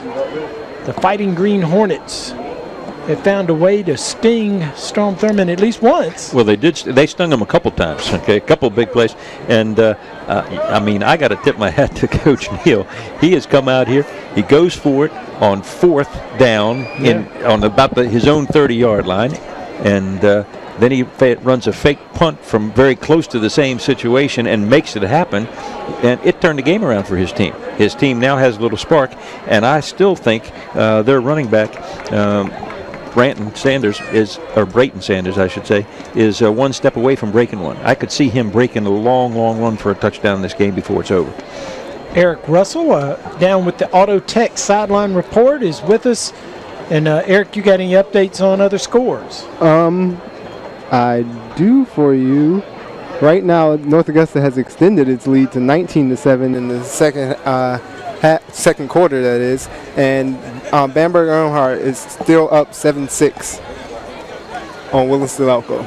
Well, that's the same score it was last year, isn't it, Eric? Yes, that's the final score from last year. So deja vu all over again? I'm pretty sure both coaches are hoping for a little bit more. From your perspective on the sidelines, do you get the same feel that Brayton Sanders is, or really Chad Gilchrist, either one? They both look like they could break one. Gilchrist is definitely had a couple opportunities there, and he looks to be able to break one here soon. And another big thing is a couple of the other guys we spoke about in pregame. DeAndre Ryan has been all over the field, obviously. Had the interception, he almost had a touchdown there, but was reaching out, and when he got to the sideline, the coaches told him not to extend the ball, just lower his shoulder. Yeah, it's good when it works, not so good when you fumble. Yeah, exactly. And you know, that play, which I frankly had just about forgotten, that could turn out to be a huge play in this ball game, because they were going to have at worst first and goal on the 1 yard line, the 1 foot yard line. And you know, what can you say? However, he did make up for it a little bit by because the interception was a big momentum shift as well, because Aiken could have taken a lead into halftime if they get something out of that drive. Absolutely. All right, thank you, Eric. We're going to stop talking and enjoy the music and marching of the Strom Thurmond Rebel Marching Band.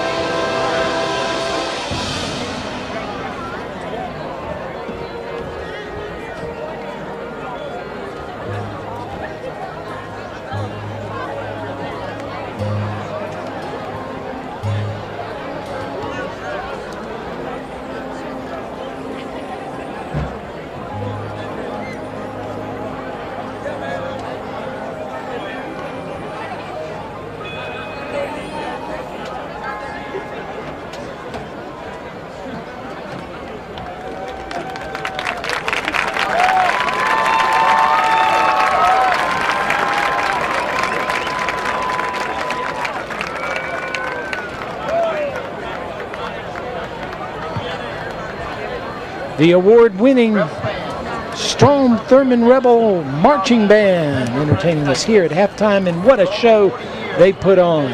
All right, we're at halftime. Strom Thurmond leads 7-6 on the Security Federal scoreboard here on the Jim Satcher Game of the Week. We'll take a break and come back with more halftime festivities when we return. Did you know in the United States someone dies in a drunk driving accident every 52 minutes? I know the statistics all too well. We represent the innocent victims of alcohol-related crashes. We see firsthand the devastation that alcohol can cause for victims and their families. Too often it leads to serious injuries or worse. On behalf of the Chandler Law Firm, a law firm representing injured people, we urge you, please don't drink and drive. Tyler's Tire and Auto Center, founded in 1963, family-owned and operated for 50 years and dedicated to customer service with safety of your family, our top priority. Tyler's Tire is a full-service tire retail, tire repair, and automotive repair facility with ASC certified mechanics. Located in 2 locations, 1019 Richland Avenue West and 1518 Whiskey Road. Let our family take care of yours. Tyler's Tire and Auto Center. You've heard of 6 degrees of separation? In Aiken, it's more like 1 or 2. It's a rare day that I don't go to a grocery store and see a former patient, their mother or father, or son or daughter. That's the nature of practicing medicine in a relatively small town, especially emergency medicine. But that's exactly what got me into practicing medicine in the first place, making that personal connection and helping people I know. People you know, healthcare you trust. Aiken Regional Medical Centers. Bell. Noah Smith. Welcome back. We're in the Rebel Zone at Strom Thurmond High School, where tonight Strom Thurmond leads Aiken High School at the half, 7-6. Touchdown early on for Strom Thurmond in the second quarter, and that was followed by an improbable drive by Aiken High School after a fake punt, and then a quarterback keeper that got them to the end zone, and a blocked extra point kept them from tying, but we're 1 point separates us here at halftime in the first game of the season in the Jim Satcher Motors Game of the Week. And this year we're going to be having a segment as we look at some of the highlights of the first half. We're going to have a segment called Off the Field, OTF, produced by Kim Brace. And we're going to do this in the pregame and at halftime, and we thought we would talk a little bit about one of the subjects that Ken brought to the table this week, and it has to do with the hazing and the problems we saw a player down at Allendale who was at Barnwell, Shaky. What's Shaky's last name, Eric? Chisholm. Shaky Chisholm was at Allendale, and he has since moved over to Williston. And as a coach, did you allow hazing back in your day? I'll tell you what, probably early on, we did some things back in the 60s and 70s that some people would consider hazing. You know, we had a little traditions here or there, and certain things did take place that may be considered to be hazing. But I can tell you that where I coached, they came out very, very strongly against hazing years and years ago. And in fact, I've got the quote from the National High School Federation. If a player is asked to do something that is humiliating or dangerous, a dangerous or humiliating activity that is expected of the student in order to belong to a group, regardless of their willingness to participate, that's what they mean by hazing. It typically involves something like, I have seen kids or heard of kids talking about a freshman beatdown where they punch freshmen, as they're walking down the hall or something. Those kinds of things can obviously be dangerous. They can be hurtful. You don't want any of that to go on. And as I said, where I coached many years ago, they put out a strong statement saying there is to be no hazing of any kind. I know, like I say, way back when, teams used to say, well, you have to cut your hair in order to play. Okay, some guys would not want to do that. Okay, and that's considered hazing. You can get all kinds of really difficult situations that are hazing. Some of them simple. Okay, somebody asked to sing a song in the cafeteria. Well, that might seem simple to some people, but to other people, they would be embarrassed, humiliated, or whatever. So they're asking him not even to do those kinds of things. The situation with Shakur, evidently, or Chisholm, is that he was punched. Okay, or they may have punched him at some point during the practice, and that's definitely hazing, and as I understand it, that's the reason that he's transferred to another school now, and there may be a lawsuit involved. I thought hazing on my part when I was in high school was freshmen had to carry the blocking dummies on their heads from the practice field into the locker room. I didn't like that either. You didn't like that but either. That was that's now you see, I really don't see anything wrong with having you say, okay, at the end of practice, the freshman, you got to carry the dummies in. I don't think that's hazing. I think that's a ritual. I never thought. I think it is too. Eric, or they might have to carry the water. Eric, did you report on this? I did actually, and I wrote a couple of articles about that, and I spoke with Chisholm's lawyer about the lawsuit and him transferring, and he was just pleased that Chisholm was going to get a chance to play his senior year, being that he was a highly sought-after recruit and stuff like that.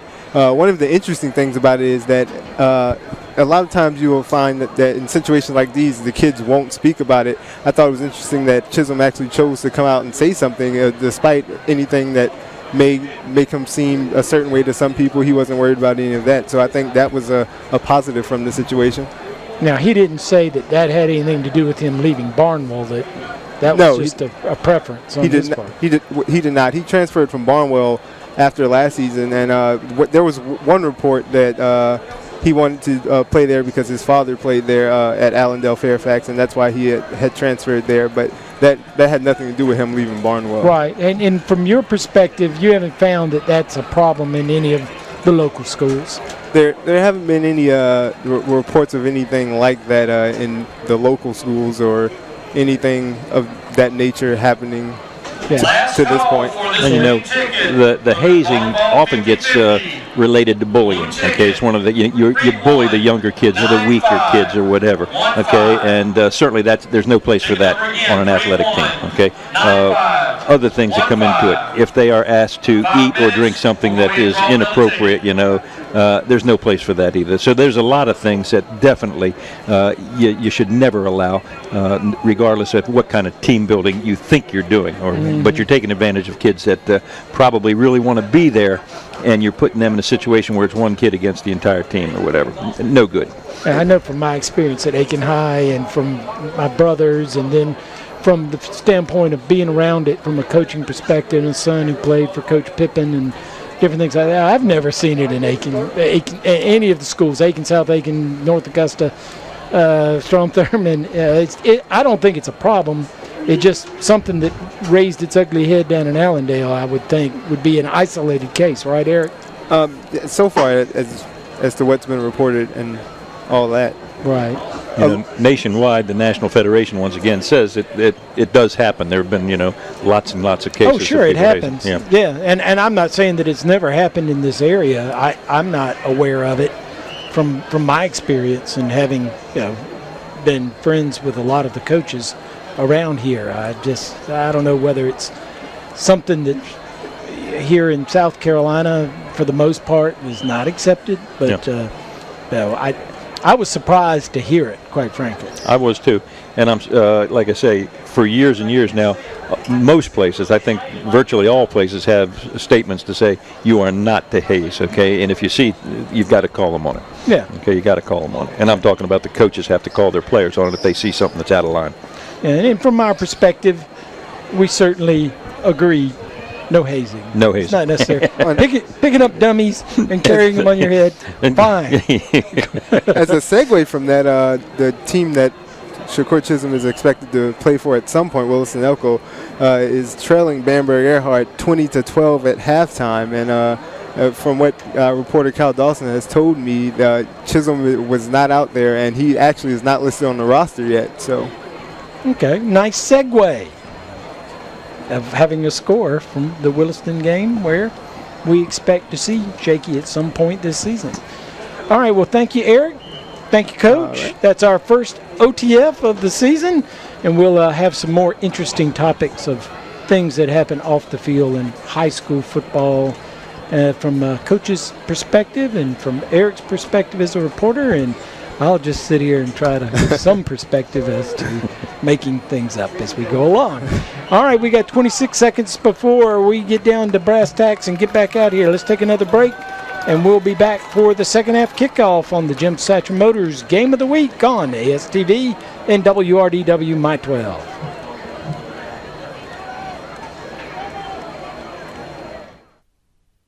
We give very good deals. We don't have the overhead and the dock fees and all the junk that all the newer, fancier dealers do. So people like that hometown atmosphere, and it works for us. And so we continue to do what works for us. And so we just like to keep it plain and simple. You come see us, you'll be glad you did.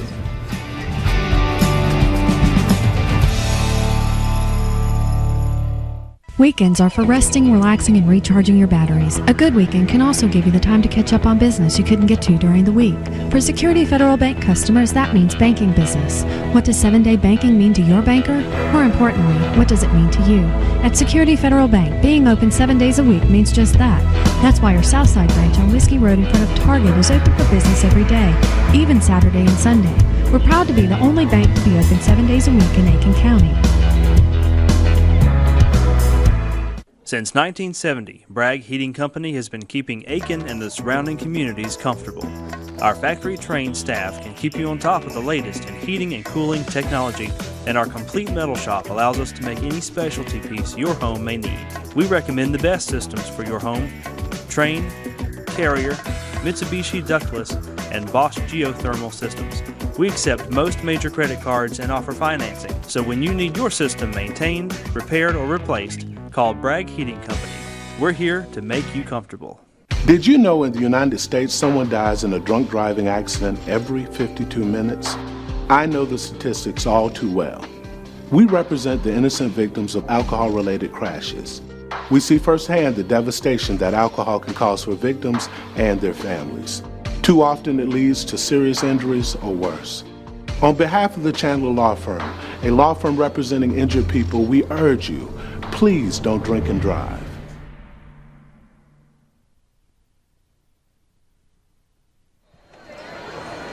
Back at the Rebel Zone, Strom Thurmond High School. Our score at the half, Strom Thurmond 7, Aiken 6. I want to thank again Chick-fil-A of Aiken on Whiskey Road in front of the mall for our pregame meal. And we have a mascot cow, which of course is sitting in the booth with Ken and me, and I have named the cow Annabelle. Annabelle. Annabelle is the winning name. Now, is that named after someone that you know? I've looked up names of cows on my smartphone, and I picked that out as the name I wanted to use.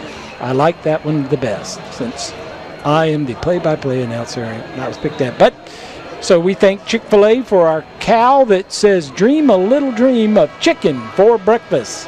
That's the billboard on the side of the cow, and Annabelle is wearing her pajamas. So when she gets up in the morning, she eats chicken for breakfast. All right. So again, thank you to Chick-fil-A of Aiken. Again, go by and visit them on Whiskey Road over there in front of the Aiken Mall. And again, stay tuned for the end of tonight's game, where we will name our MVP, the Tal Wilkins Center for Dentistry MVP. And at this point, who you like? Well, there's a couple people that I've been impressed by. DeAndre, of course, has played well. Nicholson has played well in the defensive back. I got to take my hat off to Tyrese Nick. I think he's handled the ball very well for Strom Thurmond, and it's his first game as a starter at a quarterback, and I think he's done a great job so far. On the other side, I still like Brayton. All right, I think he's doing a nice job, Brayton Sanders, and I like his enthusiasm out there, and I like the way he runs the football. And then you got to talk about the quarterback too, Bryson Jones, who took it into the end zone for them. So those two come to mind right away. Yeah, absolutely. You can't leave out Bryson Jones with the long run, and there've been some nice individual plays on both sides of the ball. All right, as Coach pointed out, as we went to halftime, Aiken High won the toss, deferred to the second half, they will get it back to start here in the third quarter. Again, 7-6, Strom Thurmond leading. Little pooch kick over on the side. They're going to let it go out of bounds, and that'll be a flag. Ball will be spotted, I believe, at the 35-yard line. That's one of those confusing things that you never know which level, what the penalty is in terms of where it comes out. Is it the 35? Is it the 40? Or are they going to make them walk back 5 yards and kick it again? Believe they're going to spot it at the 35-yard line, and that's where Aiken will take over on the Everett Chandler Law Firm 1st and 10.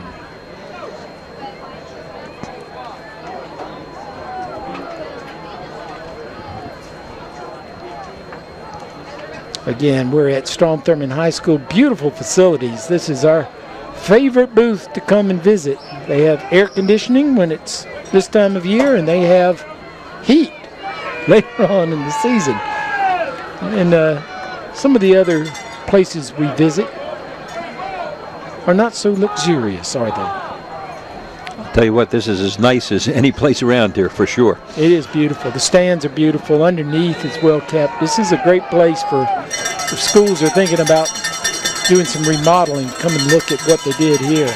All right, they go right to Sanders, and he is stuffed. Strom Thurmond was looking for that. They had a wall, stuffed him for a yard loss. They couldn't bring him down, but he wasn't going anywhere. Loss of a yard, 2nd down and 11.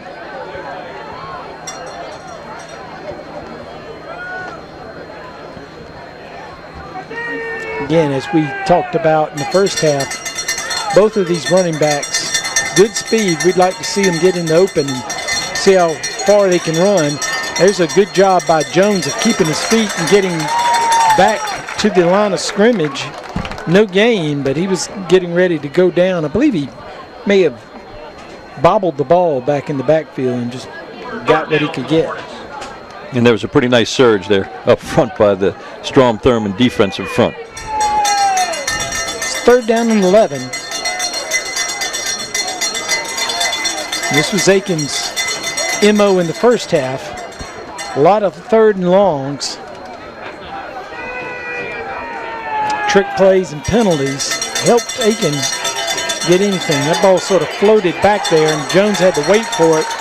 Now he's going to end up being sacked. Now here comes a flag out late.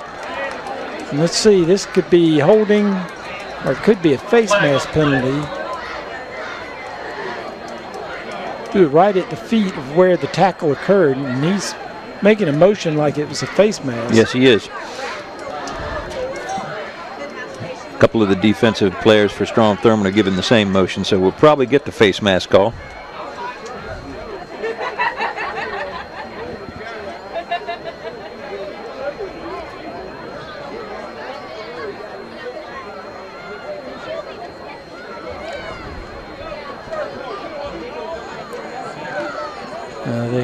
Again, as we said in the first half, it is the beginning of the year for the officiating crew. I think they've gone over to talk to Brian Neal and ask him what he wants to do. I think obviously he'd want to take the penalty. It can't be a loss of down or dead ball, could it? I doubt it, but I don't know. I mean, that'd be the only reason to go over and ask the coach. But even on a dead ball, you'd move the ball up. Well, it wouldn't be a first in that situation. Oh, it's a 5-yard face mask. The 5-yard variety. Right. Touched the face mask, but didn't pull on it or yank on it. So basically what it's going to be is 3rd down, still 3rd down. Bryson Carolina comes into the game.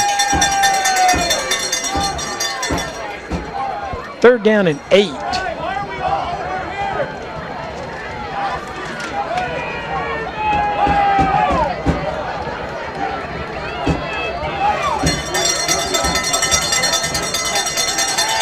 Rolling to his right, looking back. Now he's going to cut across the field. He's got some room to run. He's going to pick up the 1st down. Across midfield. And there's what they talked about. Bryson Jones being creative can make some things happen, and he makes it happen. And another penalty helps Aiken High School get out of trouble, they pick up a first down, and they're in Strom Thurmond territory. And that was a nice job. Watch this now. Cuts back all the way across, and a couple of the defenders had overrun the play. There was nobody to take care of that cutback, and that's a nice run. So the pickups to the 47-yard line. Here's a quick jet sweep. And another penalty. That play they've run a couple of times tonight. Simpkins on the jet sweep, and he just hasn't been able to find any room, pick up any big yardage.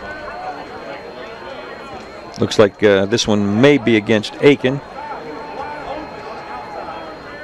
You know, Aiken was well known for the wing tee for many years. They still run a type of a wing tee, but not quite the same that we're used to.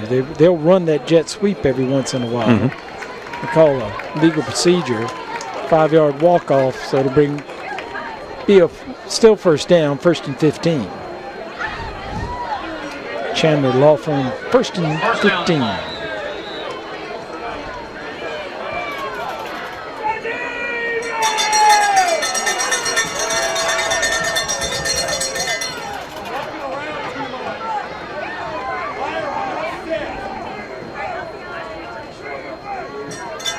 Three split wide to the right.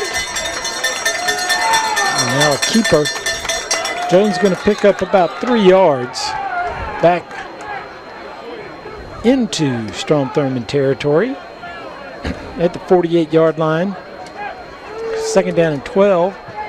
We welcome all the people watching us on the live stream on YouTube through aikenstandard.com. There are a multitude of places to see us. If you can't get to your TV set, that's a good place. But if you're at TV set, watch us on Atlantic Broadband. And now a fumble, and Jones goes nowhere. And you can also watch us on WRDW My 12, anywhere on cable and in the air. So another loss. So Aiken takes 3 steps forward and 2 steps back. It's going to bring up 3rd and long, 16 yards for a first down. And middle linebacker Chris Mathis, who has played a very fine ball game on defense, came flying in there, and there was a little fumbling of the ball, but he wasn't going to let anything happen anyway. There's flags.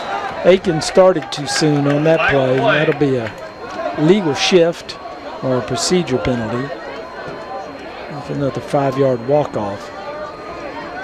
And the linebackers for Strom Thurmond are now getting great penetration on that play. Chandler Talbot was in the backfield before the football.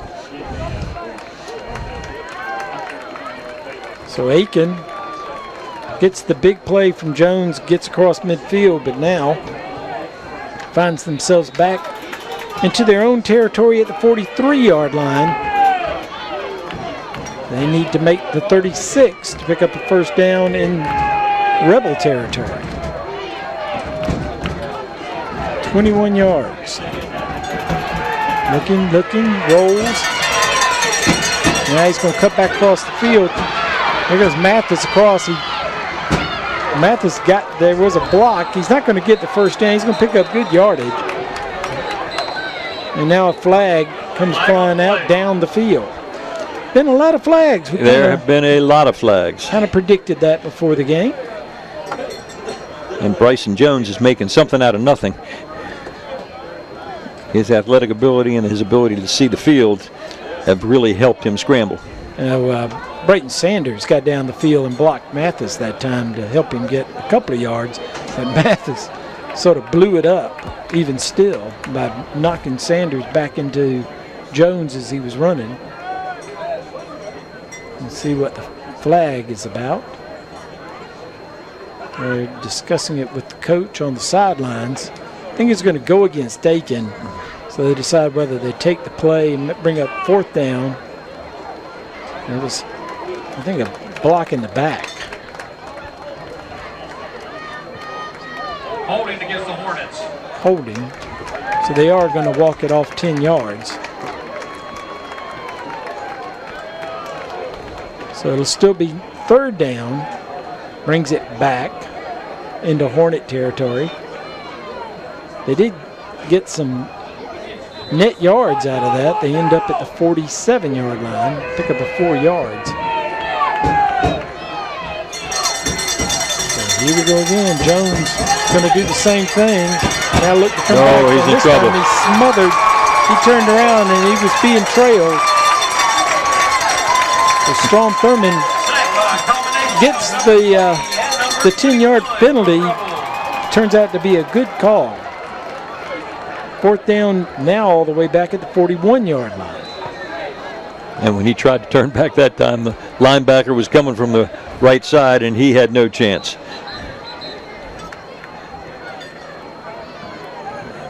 So Pollard back on to punt, and DeAndre Ryan, ever so dangerous, back to receive. Aiken did manage to take 5+ minutes off the clock. End over end. Here comes Ryan. He's got it. Staggers back. Comes to the right. He's got a block. Gets around that corner. Tackled right as he passes the 50-yard line. Punt return by number DeAndre Ryan back to the 50-yard line. And it's nice to have a player like DeAndre Ryan on your team. And he turned it on there. That was a nice play. He got a nice little seal block, and he got past that. Got some good yardage. Showed his speed. Mark him right at the 50-yard line. Everett Chandler Law Firm 1st and 10 for the Rebels. Well, the Strom Thurmond offense should be well rested. Yes, they've been off the field for quite a while now. This will be their first touch in quite a while.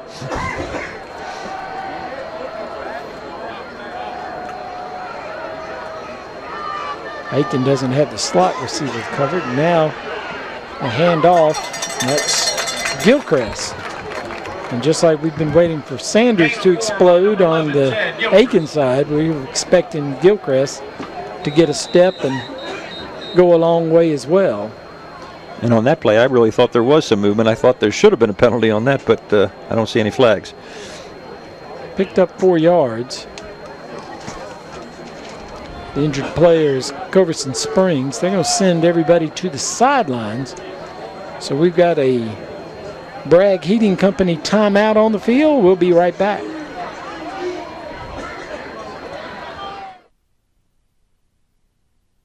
We've been selling vehicles in this building since '48. Everybody likes the old atmosphere. We have old pictures of Granddaddy and Daddy and the old license tags and a lot of memorabilia from over the years. So people feel at home when they come up here. But right here in this very building, we started and we're here now. You come see us, you'll be glad you did.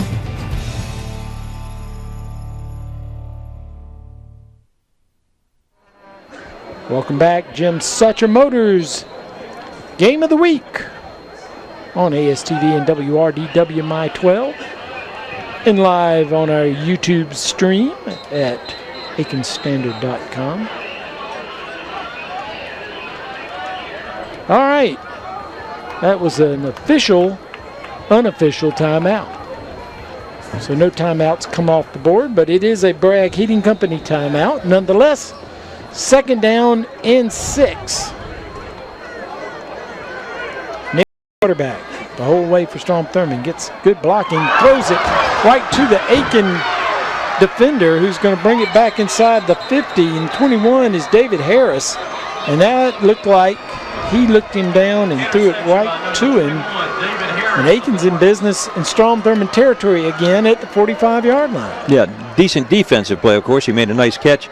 Had to throw that one over his head to get to the receiver. Did not do that. That was pretty easy defensive play. Looks like he has some time. Okay, the underneath coverage man right there, and the ball just didn't have enough on it.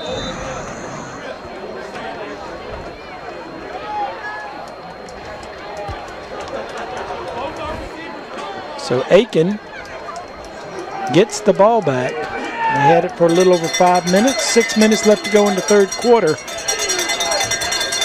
Strom Thurmond just with 2 plays so far in the 1st half. And met in the backfield. Sanders can't get outside, and he's going to be dropped for a loss. Tanner Bird Whoa, what a play. He'll be back into Aiken territory. A loss of 6 yards to the 49-yard line. Second down, 16. One of the things you're supposed to do out of this 3-5 defense is stun a lot, blitz a lot, bring the linebackers from everywhere, and they're doing a great job at that. They're taking turns, and they're getting great penetration whenever they blitz.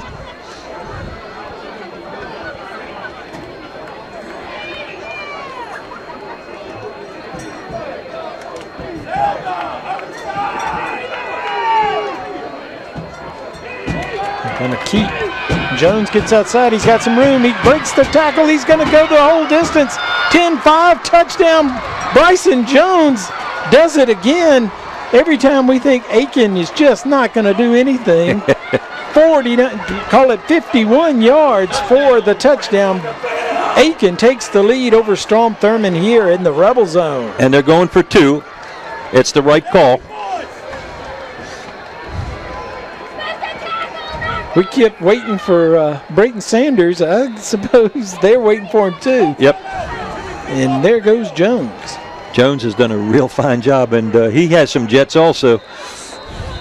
So Aiken going to take a timeout and talk about what they want to do on this 2-point conversion. And let's see if we've got a Specs. Did you see that replay? This is a good one as Bryson Jones goes 51 yards for the touchdown.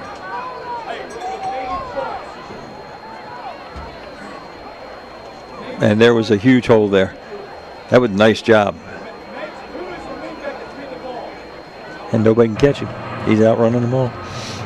That's sort of a textbook veer-looking play there. Well, that was the zone read, and he did a nice job with it.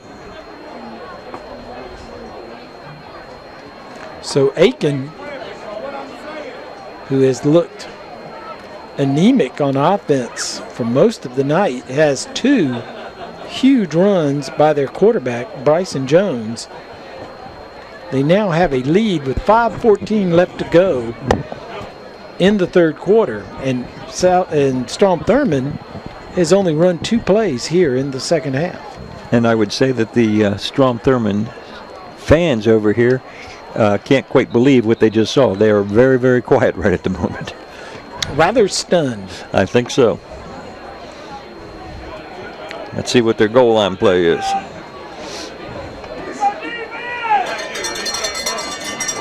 It's like a classic wing T. Nobody's split wide. Everybody close in. Man in motion. Going to flip it back. That's in. Touchdown McKay. No, that's Green rather. He changed his number.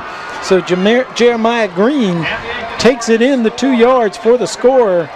I believe that's the first time we've seen him. We saw him run early in the game. We saw him run earlier, and I like that call for a variety of reasons, but one of them for that young man, he's one of the ones that had a fumble early in the ball game, turned it over. Okay, and now they show confidence in him. He's only a 9th grader. Give him the ball on the goal line. He takes it in basically untouched, and they go up very well, 14-7. That's a big play. 14-7, Aiken High School leads. We'll be right back for the kickoff. Weekends are for resting, relaxing, and recharging your batteries. A good weekend can also give you the time to catch up on business you couldn't get to during the week. For Security Federal Bank customers, that means banking business. What does 7-day banking mean to your banker? More importantly, what does it mean to you? At Security Federal Bank, being open 7 days a week means just that. That's why our Southside branch on Whiskey Road in front of Target is open for business every day, even Saturday and Sunday. We're proud to be the only bank to be open 7 days a week in Aiken County.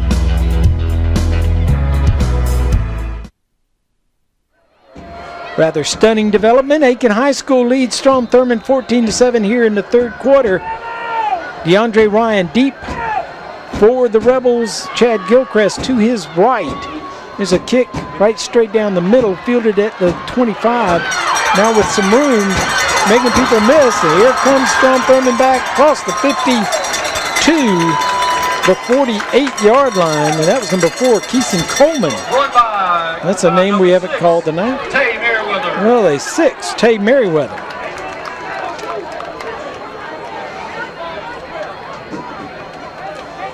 Merriweather did a good job returning that on the short little pooch. And now Strom Thurmond's got to get something going. They gave it up on a turnover the last possession.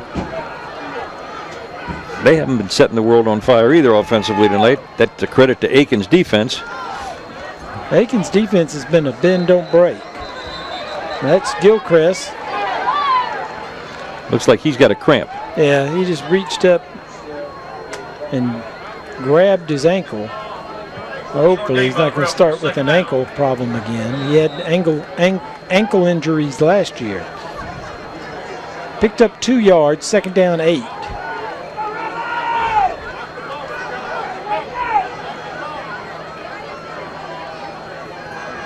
Quick pass out. Oh, my goodness. Aiken came up, and the Aiken crowd comes alive on that stick. Wow. That's going to be a spec. Did you see that replay? DeAndre Ryan had no time to think. That's a decleater. That's exactly what that's called. They react to that ball, and Ryan has no chance, okay, and that was Carolina. Bryson Carolina comes up and makes the stick. He's not very big, but boy, he brings a load with him. Oh, ball on the ground. Nick picks it up looking for daylight. Makes some people miss, does make some positive yardage. It's going to be 4th down and long as he does get back into Strom territory. We've got a player down now. Down in the middle of the field. He hops up. That was number 55 for Aiken, who was down, Everett Prince. He's up and hops over to the sidelines. So the punting unit comes on quickly for Strom Thurmond. No thoughts of going for it. They're going to play a little field position here. Schofield came in to take Prince's place, and Bryson, that's a big substitute.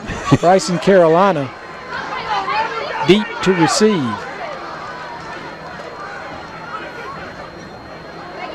A little bit high, good field of the snap. Kick's going to go out of bounds, but it's going to roll and be dead inside the 20 at the 17-yard line. That ends up being a pretty positive kick by Reed. Reel does a good job for Strom Thurmond. No return. And Strom Thurmond playing field position. They're down by 7, but they're at home. And Aiken, aside from just a couple of really big plays from their quarterback, Strom Thurmond has kept them under wraps. They sure have. But Bryson Jones has been the difference maker.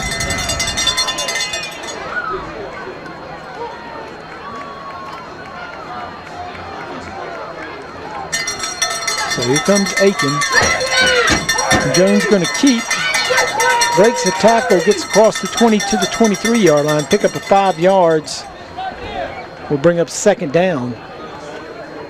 Good job of keeping his feet and getting positive yardage. But for the quarterback, he's taking some licks tonight.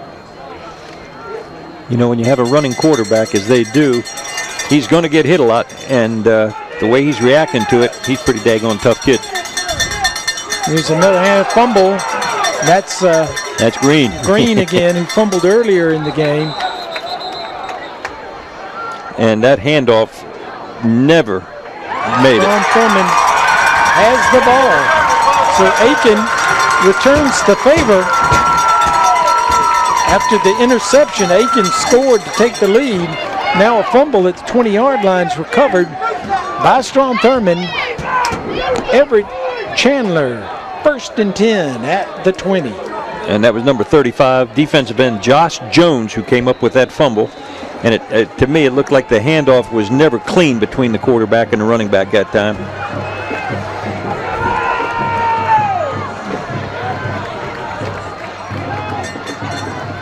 And I know we're still only in the 3rd quarter, but I think this is a must score for Strom Thurmond. They've got to put this one on the board.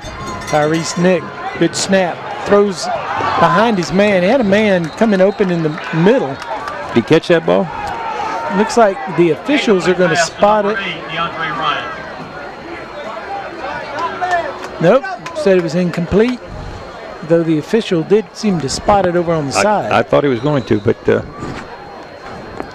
throw was low, we know that, but Looked like for an instant Ryan may have been able to come up with it. 2nd and 10. Looks quickly to the sideline to get the call. Nick with Chad Gilchrist to his left. Hands it off. Gilchrist finds some room in the middle. Inside the 10 down to the 9-yard line. Thought he was going to scamper in, but he was tripped up as he went across the 10. But I believe it's going to be enough for a Chandler Law Firm 1st and goal. One of the better runs of the night.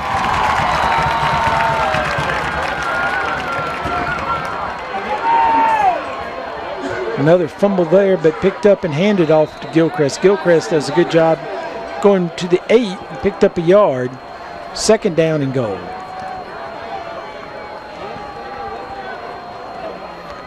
They've had several snaps dropped on the ground. It doesn't look like it's that bad a snap.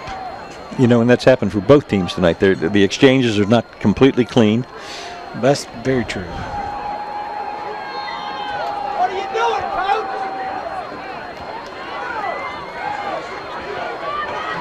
Coach Hillary trying to get the play in. Minute 42 left to go until they're going to get a the 4th penalty. Quarter. They may have called timeout. Yeah, I think he did. I think he got it in. So Strom Thurmond takes a timeout. We'll take one with him. A Bragg Heating timeout on the field. We'll be right back. Tyler's Tire and Auto Center, founded in 1963, family owned and operated for 50 years and dedicated to customer service with safety of your family, our top priority. Tyler's Tire is a full-service tire retail, tire repair, and automotive repair facility with ASC certified mechanics. Located in 2 locations, 1019 Richland Avenue West and 1518 Whiskey Road. Let our family take care of yours. Tyler's Tire and Auto Center.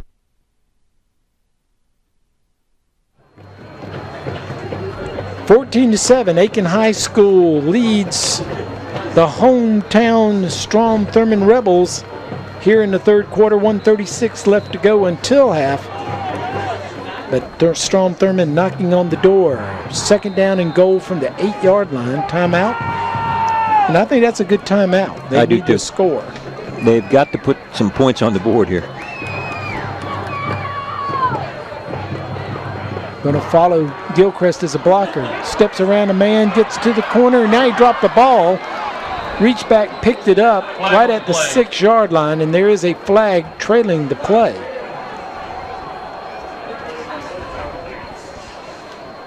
And where that comes from, that's going to probably be against Strom Thurmond. Could be a hold.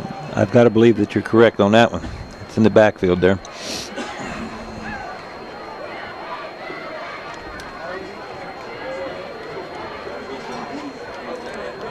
Holding penalty is going to make it tough if that's what it is.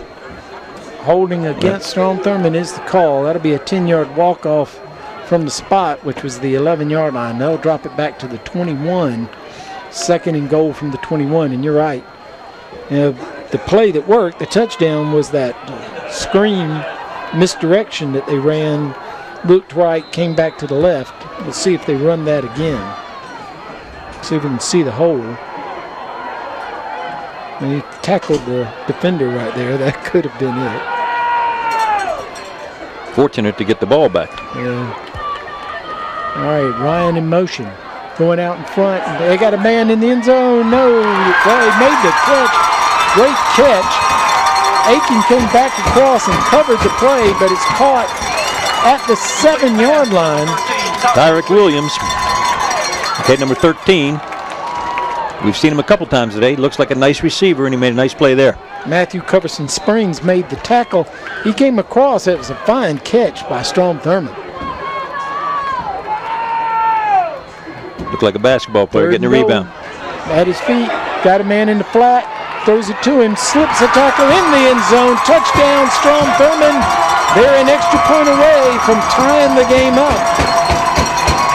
Good job by Strom Thurmond. And that's DeAndre Ryan. Gets this one in the end zone.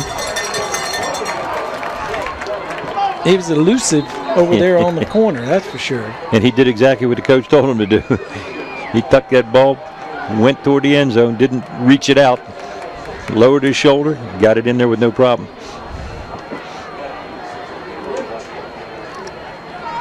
Big extra point here.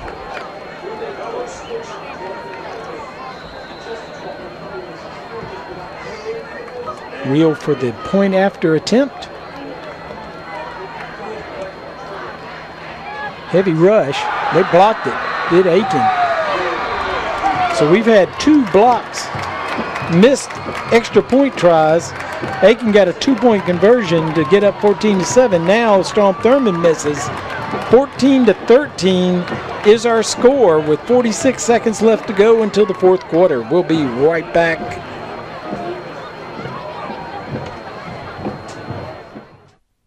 Choosing a physician you can trust with your family's health is an important decision. University Medical Associates has been dedicated to your health care for over 20 years, and Dr. Humans and his staff are ready to provide the quality care you and your family deserve. With short wait times, walk-ins and same-day appointments, an in-house lab by Quest Diagnostics, and 24-hour turnaround on sports physicals, it's no wonder Dr. Humans was selected Best Family Doctor in Aiken's Choice 2015. Come see us today, 934 Doherty Road in Aiken.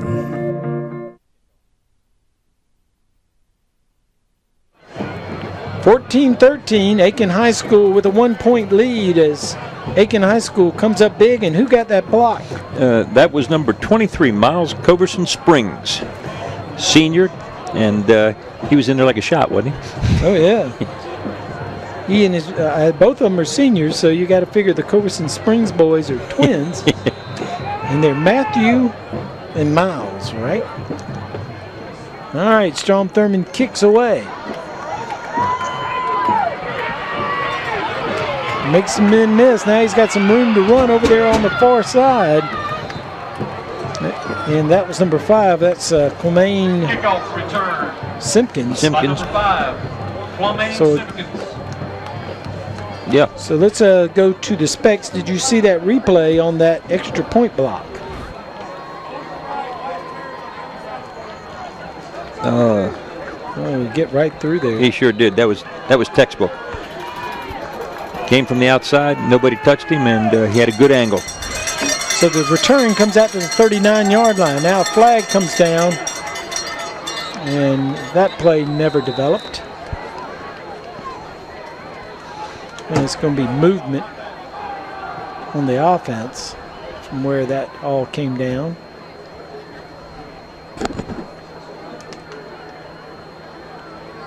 What's the over-under on the penalties tonight, Coach?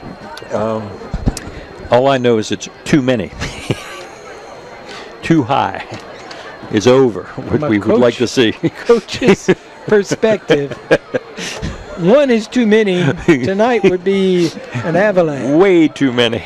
On both sides. And not unexpected. We said it early. It's not unexpected, but it does kind of ruin the game as far as I'm concerned. 5-yard walk-off against the Fighting Green Hornets. 1st and 15. Jones up under center. Sanders behind him. Man in motion. Simpkins. There's another flag. Play gain's about 3 yards, but gotta believe that's movement again.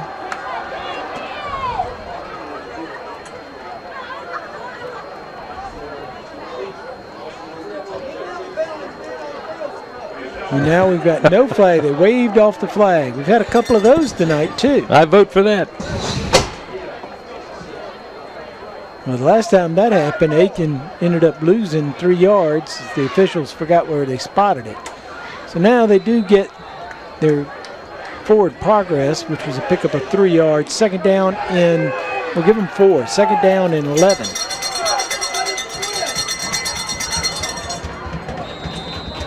Now we're going to have a timeout on the Aiken side. Aiken couldn't get the right play, right set. So they'll call timeout. We'll take it with them. Another Bragg Heating Company timeout. We'll be right back.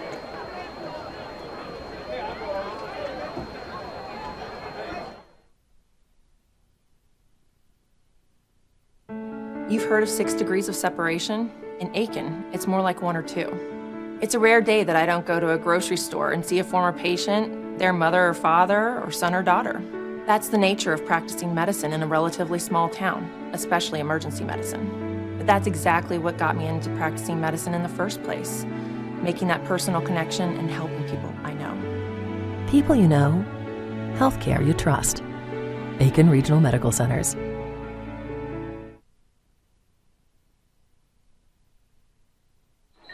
Don't forget, our ultimate tailgate sponsor is Unique Expressions. Whether you're going to the high school game or the college game, go by Unique Expressions and pick up your supplies for your tailgating. Then you can run down to Chick-fil-A. They're both on Whiskey Road. They're in the Unique Expressions in the Mitchell Shopping Center on Whiskey Road. Go down to Chick-fil-A, get some chicken for the tailgating. Across from Tyler Tire is across from Unique Expressions. That's correct. All right. Handoff. Aiken picks up 2 yards, maybe. 3rd down and 9. And we're going to have the 4th quarter coming up here. We'll switch ends of the field. Time runs out. And we're going to go to the 4th quarter here at Strom Thurmond. Aiken High School leads 14-13 over Strom Thurmond, the home team. Pretty much a surprise. It is a little bit of a surprise to me, and it wouldn't be a surprise if the quarterback had not made 2 great running plays. Okay, and neither team has really been outstanding on offense as far as I'm concerned, and they, it's early though. They'll get better, but both of them have to figure out some way to get a little bit more pizzazz on their offense, I would think. Not surprising, the defenses are a little ahead. Well, in the first half, it looked like Strom Thurmond was having a better time of it. They were picking up chunks of yardage. They fumbled out of the side of the end zone, saved Aiken on that. And really, they had opportunities in the first half and didn't score. Aiken was very fortunate to only be trailing 7-0, and fake punt and a long run by Bryson Jones right before the end of the first half put them in the game at 7-6 at halftime. Came out and scored the touchdown on the long Bryson Jones run of 51 yards here in the 3rd quarter. And a 2-point conversion later. They were up 14-7. Of course, Strom Thurmond has answered, and now it's going to be 3rd down and long. 3rd down and a long 8 for Aiken High School. So Strom Thurmond looking to get the ball back and get the lead back. Here in the 4th quarter, in the rebel zone. Going to roll to his right. Look for Jones. Well, he's going to throw it. Thought he might keep it.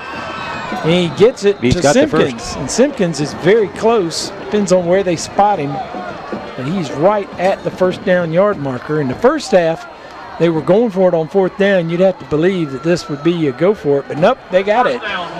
An Everett Chandler 1st and 10 for the Fighting Green Hornets. They're at the 49-yard line, and they're still in business. And you got to believe they're going to try to control it, run the football, and run some of this clock off. Strom Thurmond has not had the ball a lot in the 3rd quarter, as it was. Big fumble recovery set Strom Thurmond's touchdown up. They'll probably try to get another turnover here, see if they can make Aiken fumble.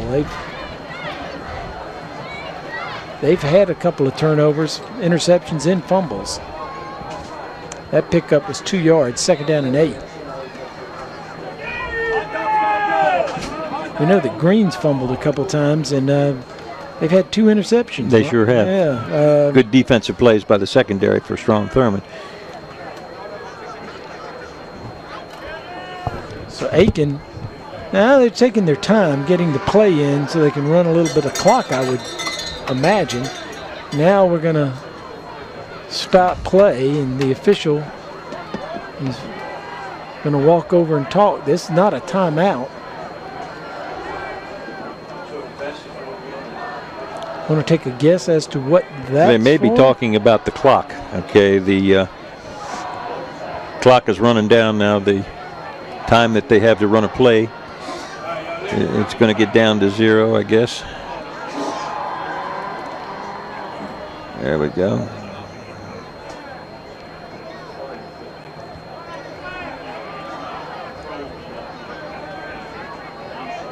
You may be right. They turned the play clock. They turned it off, and I think that's what it's got to be. Maybe it's not working properly. They've turned it off.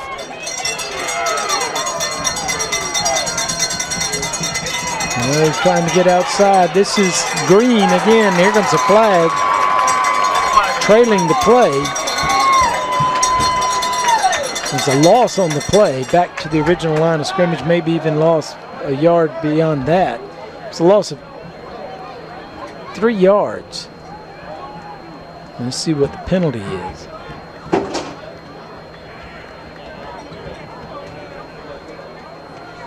And the referee called it.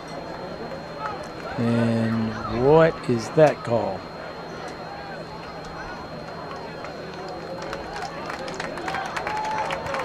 Holding.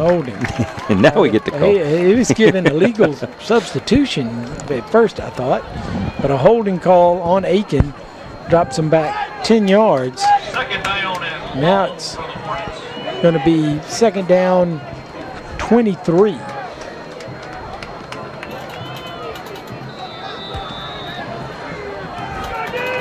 Strom Thurmond had a second down and goal from the 22 earlier and scored a touchdown. Let's see what Aiken will pull out. They look for a pass. Now Jones, and here comes a flag. You got to figure that's holding.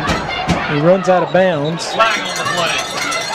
They stepped out at the 46-yard line, but I have a feeling that's coming back. That is holding against Aiken is the call.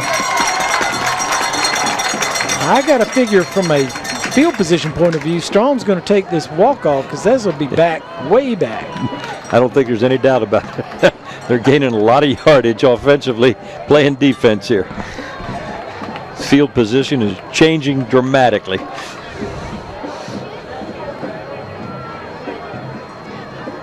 And this has been the story of Aiken tonight. They've been their own worst enemy. Pile of penalties. 4 turnovers, as we talked about a little while ago. And now it is second down, and it forever. 35, I think. 35, 36. Yeah, it's over 30. And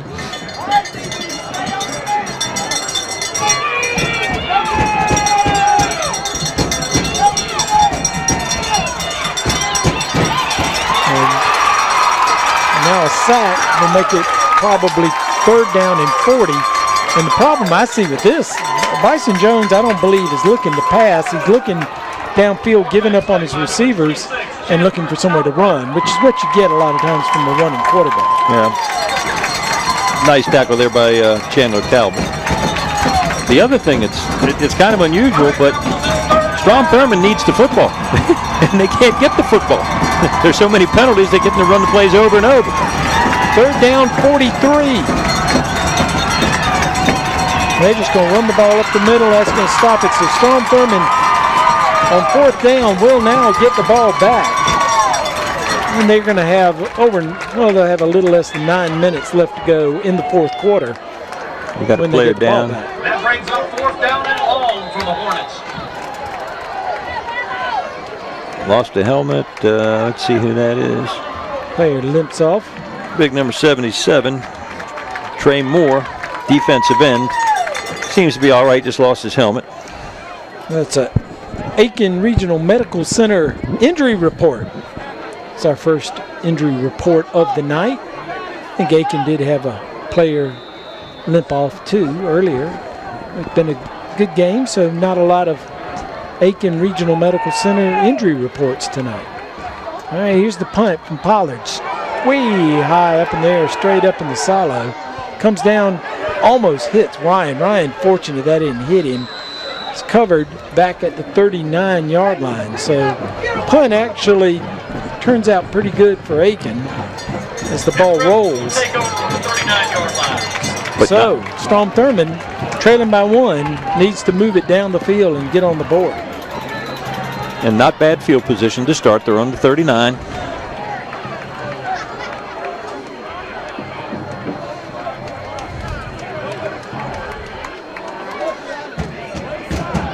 Yeah, and Aiken scored a touchdown on a long run, 51 yards from Bryson Jones, a 2-point conversion by Green, put them up 14-7. Then a fumble recovered by Strom Thurmond at the 20-yard line.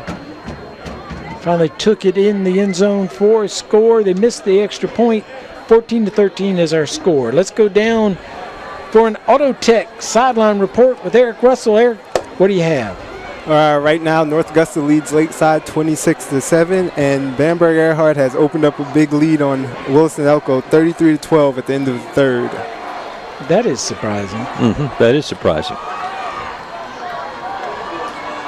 And the reports that we were getting, Williston really felt like they had a strong offensive team, but doesn't sound like it right at the moment. But they're playing a nice football team. They're not playing a weak team at all. Yeah, it was the Bamberg. number 3 versus number 4 matchup in the state. So yeah. So you had two teams that you would have thought it'd be close, but sometimes it turns out that way. And North Augusta up on Lakeside. That's a little surprising, but that's a good start for them if they can finish it off. All right, here comes Strom Thurmond. And there's the big guy, Gilchrist. Picks up 5 yards, maybe 6. 6 yards to the 45-yard line, 2nd down and 4.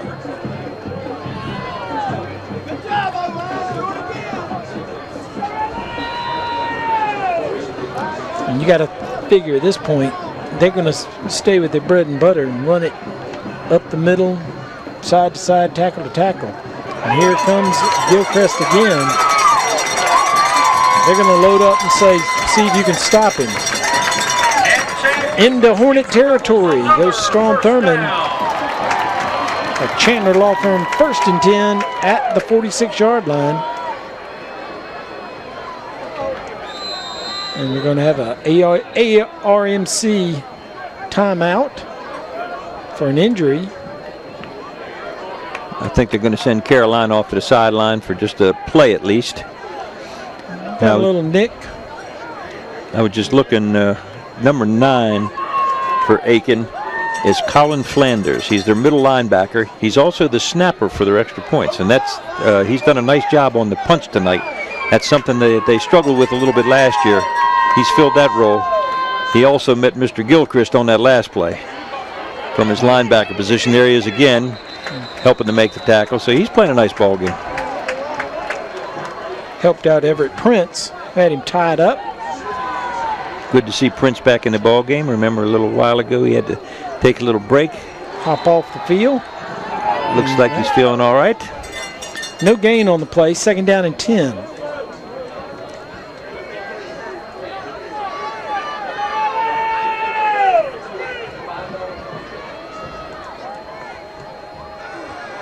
Now looking down the right side, runs into a blocker. Keeps moving. Now he's got a block, and he's in the open. Nick tied up. He's going to be just short of a 1st down. Picked up about 8 yards. It'll bring up 3rd down and 2. Great effort. Good run by Nick. It was. And at one point, as you say, he ran into Gilchrist. Gilchrist tried to block for him, and he ran into his back. It bounced off that and kept moving. Made a nice cut back to the left and picked up good yardage. Gives him a chance to pick up the first here on 3rd down.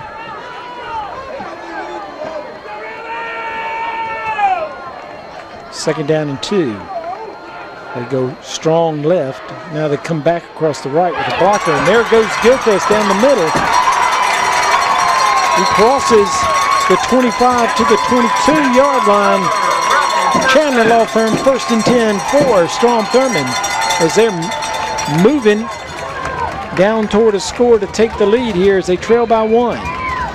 6:33 left to go in the ball game. Going to keep this time. Gets a blocker. Tripped up from behind. Nick gets out across the 20, across the 15 to the 13-yard line. They really got off the ball on that play. They were up there, got off very, very quickly. I think they caught Aiken just a little relaxed there. Nice play by Nick. 2nd down and 8. Handoff. Here comes Gilchrist. Gilchrist gets across the 10 to the 9. That'll be good enough for another Chandler Law Firm, first and goal. Number 11, Chad Gilchrist with another Rebel first down.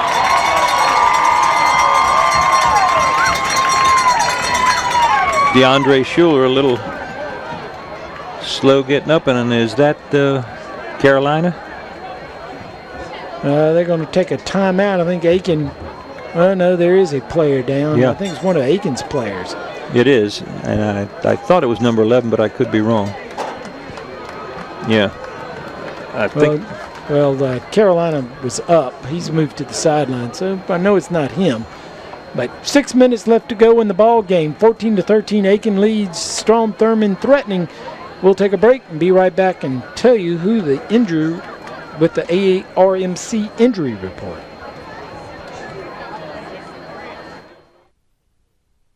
Since 1970, Bragg Heating Company has been keeping Aiken and the surrounding communities comfortable. Our factory-trained staff can keep you on top of the latest in heating and cooling technology, and our complete metal shop allows us to make any specialty piece your home may need. We recommend the best systems for your home: Trane, Carrier, Mitsubishi ductless, and Bosch geothermal systems. We accept most major credit cards and offer financing, so when you need your system maintained, repaired, or replaced, call Bragg Heating Company. We're here to make you comfortable. Did you know in the United States someone dies in a drunk driving accident every 52 minutes? I know the statistics all too well.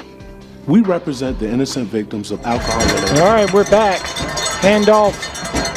Gilchrist fights hard, doesn't go down, gets inside, back toward the 5-yard line. Looks like he's just crossed the 5 to the 4. Bring up second and goal. Our ARMC injury report. Who was that, Coach? That was number 31. DeAndre Schuler was down. Hopefully he'll be okay. Aiken Regional Medical Center taking care of us in Aiken County. All right, here's a little jet sweep to Ryan. Ryan tried to cut back to the goal. Did they say he got in? Touchdown, Strom Thurmond. Strom Thurmond, on the strength of DeAndre Ryan, turned it back inside. This time he stretched out and got it across the goal line. Strom Thurmond takes the lead. They're going to kick the extra point rather than go for 2. That's a little bit of a surprise.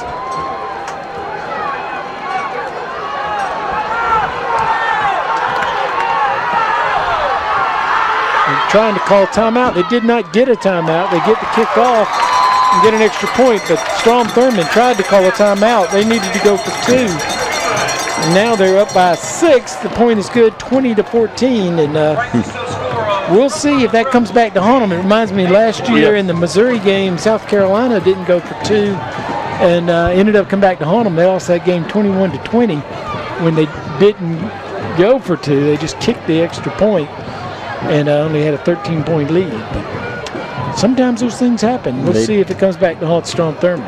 And DeAndre Ryan puts himself right in the running for the MVP again now. Oh, yeah. Okay, second touchdown of the night, and certainly made up for the one where he dropped the ball on the 1-yard line. Got a couple touchdowns, and he is a spark plug. There's no question about that. He also had the big interception at the end of the first half. Yes. When Aiken was threatening to come down the field and score at the very end after a big turnover by Strom Thurmond on the kickoff. So he's a big-time player for Strom Thurmond. Looks like we're going to get a short kick again. The Aiken players are up short, and they're going to get a chance. This is Simpkins. He's good defense by Strom Thurmond to play contain and not let him get outside. That's all coaching, right, Coach? Well, I don't know, but that's Alex Thomas, who did a nice job keeping him inside, made the tackle, and if that is Alex, I take that back. Okay, that's Mitch Settles who made that good play. Mitch Settles. So Aiken, with 5:04 left to go in the ball game, trails by 6 points, 20-14. They've got 2 touchdowns on the evening, long runs by Bryson Jones. We'll see. He's got another one in his bag of tricks. Gonna hand off, quick dive play to Sanders. Sanders gets up close to the 25-yard line, pick up about 4 yards. 2nd down and 6. Now this will be interesting. Can they put on a sustained drive? They've got 4 minutes and 43 seconds left to do it. Move the ball down the field and win the football game. Another jet sweep. This time they're going back to Green, and Green must have something that they like. They keep coming back to him despite his 2 fumbles, and he was a step away from breaking it off and maybe going the distance. Yeah, just looking at him, he's a very small kid comparatively, 9th grader. I have a feeling what he has that they like is his speed. If he gets free, it could be a track meet. Right, he had enough for the 1st down. He picked up right at 6 yards, so it'll bring up a Chandler Law Firm 1st and 10 at the 30-yard line.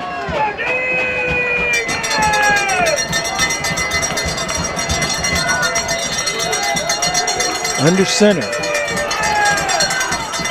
Now follows his man. Now he's under pressure from both sides and sacked. It's Bryson Jones. Tried to turn away and come back, but there was a man right there on him. And there were 3, and he's a little woozy. And that's a big loss. All 7 yards. 2nd down, 17.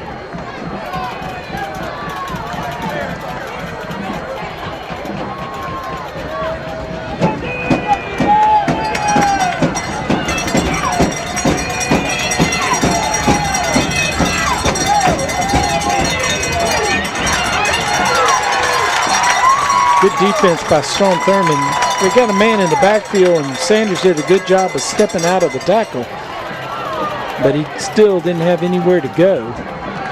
Picked up 3 yards. 3rd down and 14.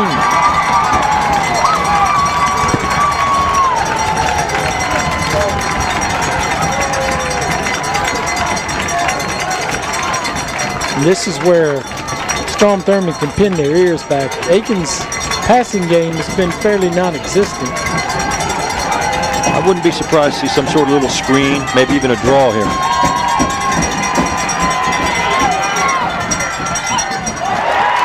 Threw it high. It was intended for Pollard. Pollard couldn't get up high enough. It was right at the 1st down marker. Now you would think they have to punt the football here, but after what we've seen tonight, I'm not so sure. Pollard was out on that pass. It was intended for him. I'm not sure what's going on the field. Everybody's sort of standing around.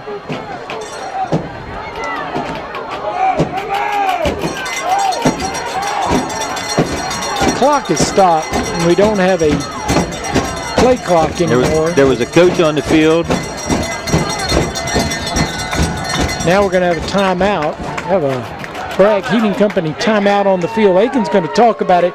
2:59 left to go in the game, and Aiken was lining up as if they were going to go for it, and I guess they want to talk about it before they do go for it. I don't know that a fake punt is going to work. They've already pulled that one out tonight.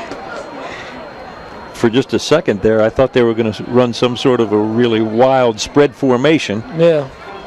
Been a little confusion. Oh, and there's another thing. The quarterback may be hurt. Bryson Jones, they're having some practice snaps. Yeah, I was just going to say, remember what we talked about just a little earlier.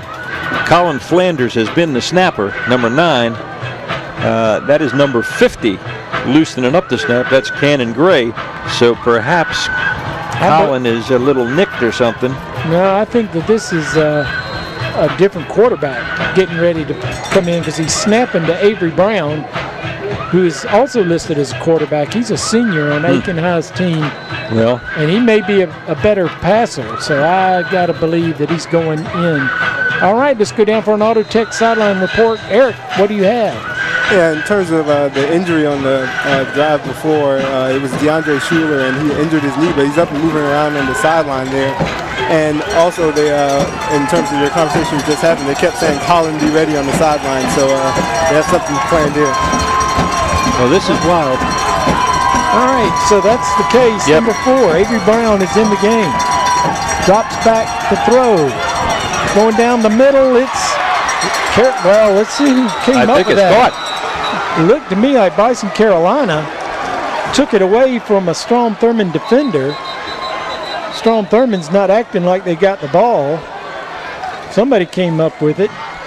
Aiken signals and they made the first down. And they've got the first down on that play. And running to the sidelines is Avery Brown. He came in, did his job. Now he's taking a break. And here comes Bryson Jones back. No? No. I don't see Jones yet. No, here comes it, yeah. Brown came all the way to the sideline to get the play, so he's coming back to play quarterback. So that's the one who may be hurt. That's right, because remember he got hit by 3 people on that one play. So it is a Chandler Law Firm 1st and 10 at the 45-yard line. Hands off right up the middle, and there's nowhere to go.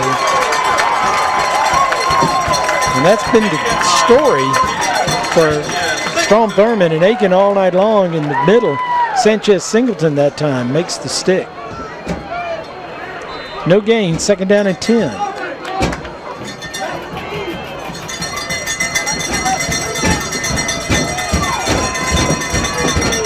That's tough. The quarterback's got to go all the way to the sideline to get the play. Let's see what Aiken can pull out. Clock ticks down 150. Ball's fumbled. Picks it up. Gets hit hard. Had Strom Thurmond players at his feet, on his back, in his front, and his rear. He had it. Nowhere to go. He loses 4 yards, 5 yards. 3rd down and 15.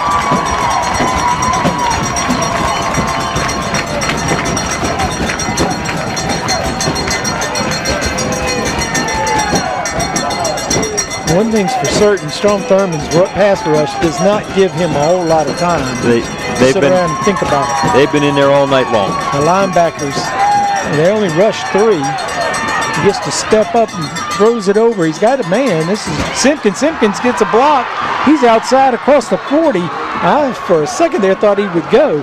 He's got a first down into Strom Thurmond territory at the 37-yard line. I'll tell you what, he was a step away from going.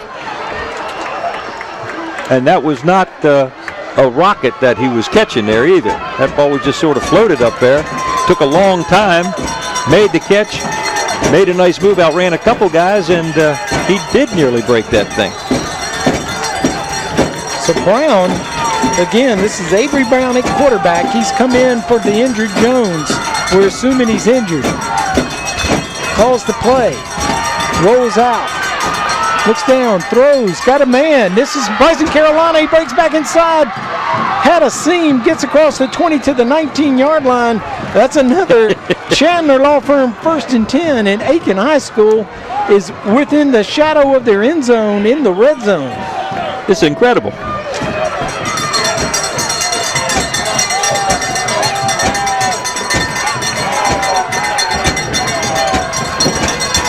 Avery Brown calls out the signal. Rolls to his right. Looks, throws it high, out of bounds, incomplete. Stops the clock, 33.9 seconds left to go. Ball will be back at the 19, 2nd down and 10. Nothing else. They can throw it in the end zone from here and at least take a shot. A couple times they can.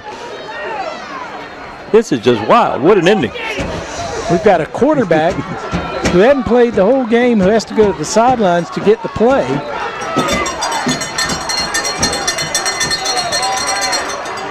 He looks to be shook up a little bit, and they're going to call timeout. So that should be Aiken's last timeout. We've got a Bragg Heating Company timeout on the field.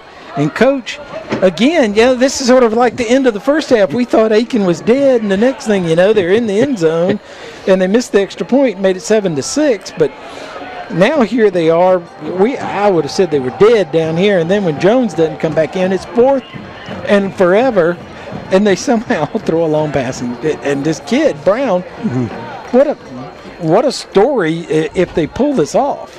Now, I know you're a college football fan primarily, but this reminds me of when Walt Garrison for the Dallas Cowboys had to come in and play because the Dallas Cowboys' first-string quarterback got hurt.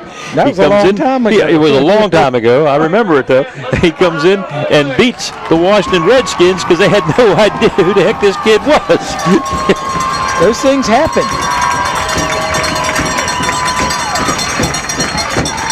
All right, Aiken has talked it over. It's 2nd down and 10. The Strom Thurmond crowd making noise, trying to urge the Rebels to hold Aiken out of the end zone. They lead by 6 points.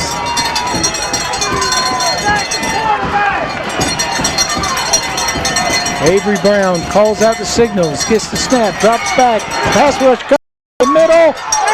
It's tipped, and it's tipped away. Tip drill went up. They were trying to get Bryson Carolina the ball. He had a chance. Yes, he did, and Carolina was asking for interference, didn't get the call. They look like good at defense to me. I think they all three were going for the football. I don't think there was a call there. So 3rd down and 10. 29 seconds left. So once again, Avery Brown goes to the sidelines, gets the call. He's fresh. This is his only drive of the game.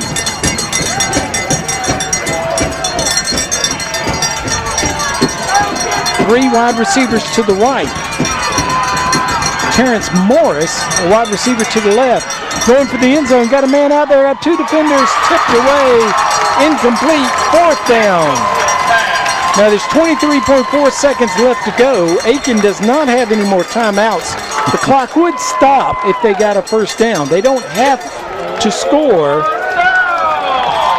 but it is 4th down. Now Aiken faced the 4th down way back at the 20-yard line just about a minute ago. Pulled off a miracle to get the 1st down in the middle field, and Bryson Carolina took it away from a Strom Thurmond defender. They're going to need something else along those lines right here. Brown gets his instructions from the coaching staff. He brings him back, sets him down, takes the snap, rolls to his right. Looks, throws it up. It looks like it's picked off. Strom Thurmond is going to preserve the game by picking off the final pass. Gilchrist in there for defense, and he made the interception.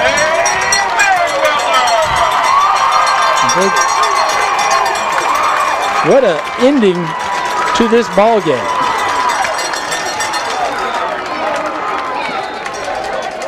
Well, you got to hope that Bryson Jones is okay as the season goes on. They'll need him.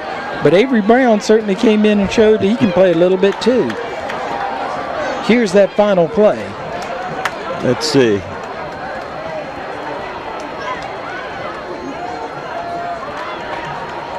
You're right. That is Chad Gilchrist. Yeah, Gilchrist made that interception. So victory formation for Strom Thurmond. They take the snap, take a knee. Aiken is out of timeouts. So that'll be the final snap. But pretty exciting game for week 0. It was an exciting finish. It was exciting at the end of the first half, exciting at the end of the second half. Okay, Strom Thurmond happy to escape with a 20-14 victory. And it could have gone either way. And you know Brian Neal will be disappointed in the loss, but he's got to feel pretty good that his team didn't quit.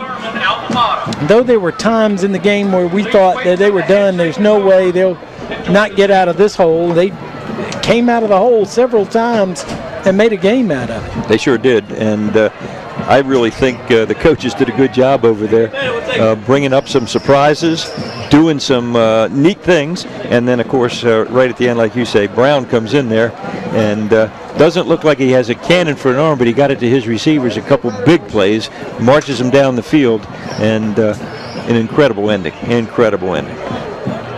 All right. Strom Thurmond hangs on after losing the lead here early in the third quarter, 14-7. They storm back, win the game 20-14, and I know that Coach Hillary and his staff, probably the biggest relief is that Aiken didn't get a shot at kicking that extra point for the win after not going for two and trying to make it 21-14, and that would have been something. But Strom Thurmond comes away with a win. They'll get the week off next week. Aiken will go home and travel across town for their crosstown matchup with South Aiken. And I think that's going to be an interesting ball game also. Both teams need a win. We usually say this at the beginning of the season, but in high school football, maybe more than the other levels of football, college and pro, you've got to win some early. Okay, if you don't win some early, you start to get in the habit of losing, and bad things start to happen. So both teams, Aiken and South Aiken, be looking for a win next week. Aiken should have a little bit of an advantage in terms of they've played their first ball game now, and they're battle tested, and they came out of this game looking pretty hardy, actually. And it'll be Coach Hamilton's first game for the Thoroughbreds next week against Aiken. They'll host Aiken. All right, let's take a break, and we'll come back and we'll talk about tonight's ball game when we return at the Jim Satcher Motor Game of the Week on ASTV and WRDW My 12.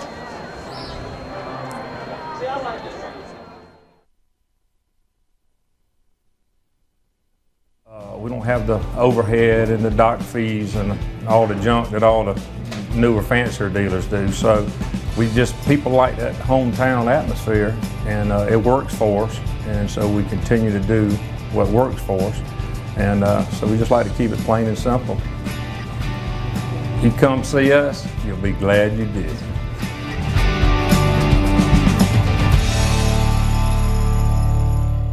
Weekends are for resting, relaxing, and recharging your batteries. A good weekend can also give you the time to catch up on business you couldn't get to during the week. For Security Federal Bank customers, that means banking business. What does 7-day banking mean to your banker? More importantly, what does it mean to you? At Security Federal Bank, being open 7 days a week means just that. That's why our Southside branch on Whiskey Road in front of Target is open for business every day, even Saturday and Sunday. We're proud to be the only bank to be open 7 days a week in Aiken County. Since 1970, Bragg Heating Company has been keeping Aiken and the surrounding communities comfortable. Our factory-trained staff can keep you on top of the latest in heating and cooling technology, and our complete metal shop allows us to make any specialty piece your home may need. We recommend the best systems for your home: Trane, Carrier, Mitsubishi ductless, and Bosch geothermal systems. We accept most major credit cards and offer financing, so when you need your system maintained, repaired, or replaced, call Bragg Heating Company. We're here to make you comfortable.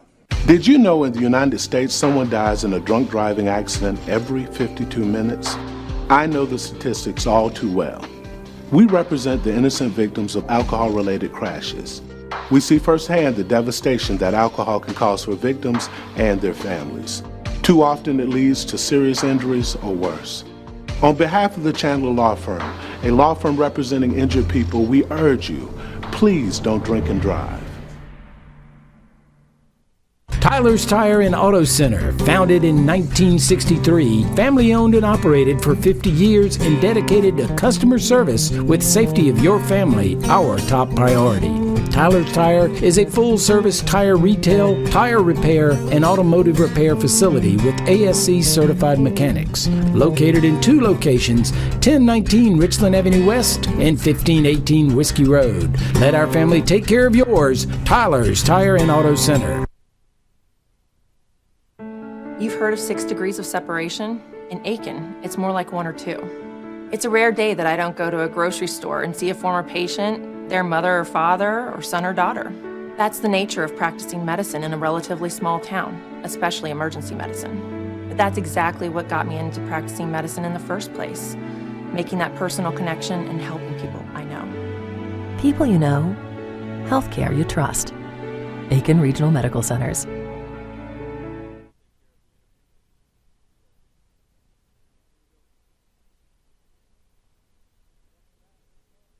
School where Strom Thurmond has proved victorious over Aiken High School 20-14, and we won't call a game that was without sloppiness, penalties, and turnovers, but it was still a pretty exciting game, was it not? There were some exciting plays in the thing, and I think both teams will walk away from this realizing that they had some work to do. I do think the defensive fronts were a little bit better than the offensive fronts for both teams tonight, but the offense will take a little more time to get in gear, and then I think they'll be just fine. All right, we've got an Auto Tech sideline report, and Eric Russell is on the field with some of the stars of our games. Eric, take it away. All right, I'm here with Tay Merriweather right now. He caught that interception to end the game there. What did you see on that pass out there? They had ran they ran the wheel right in the corner, and I just did my coach said, just stand my back pedal and made the play on the ball. All right, and what was the mindset of the defense going into that final drive? You're facing a different quarterback that you hadn't seen all night. What did your coaches tell you, and what were you guys looking at out there? They said we just got to stay focused, tell our DNs to stay contained, because he'd be rolling out a lot.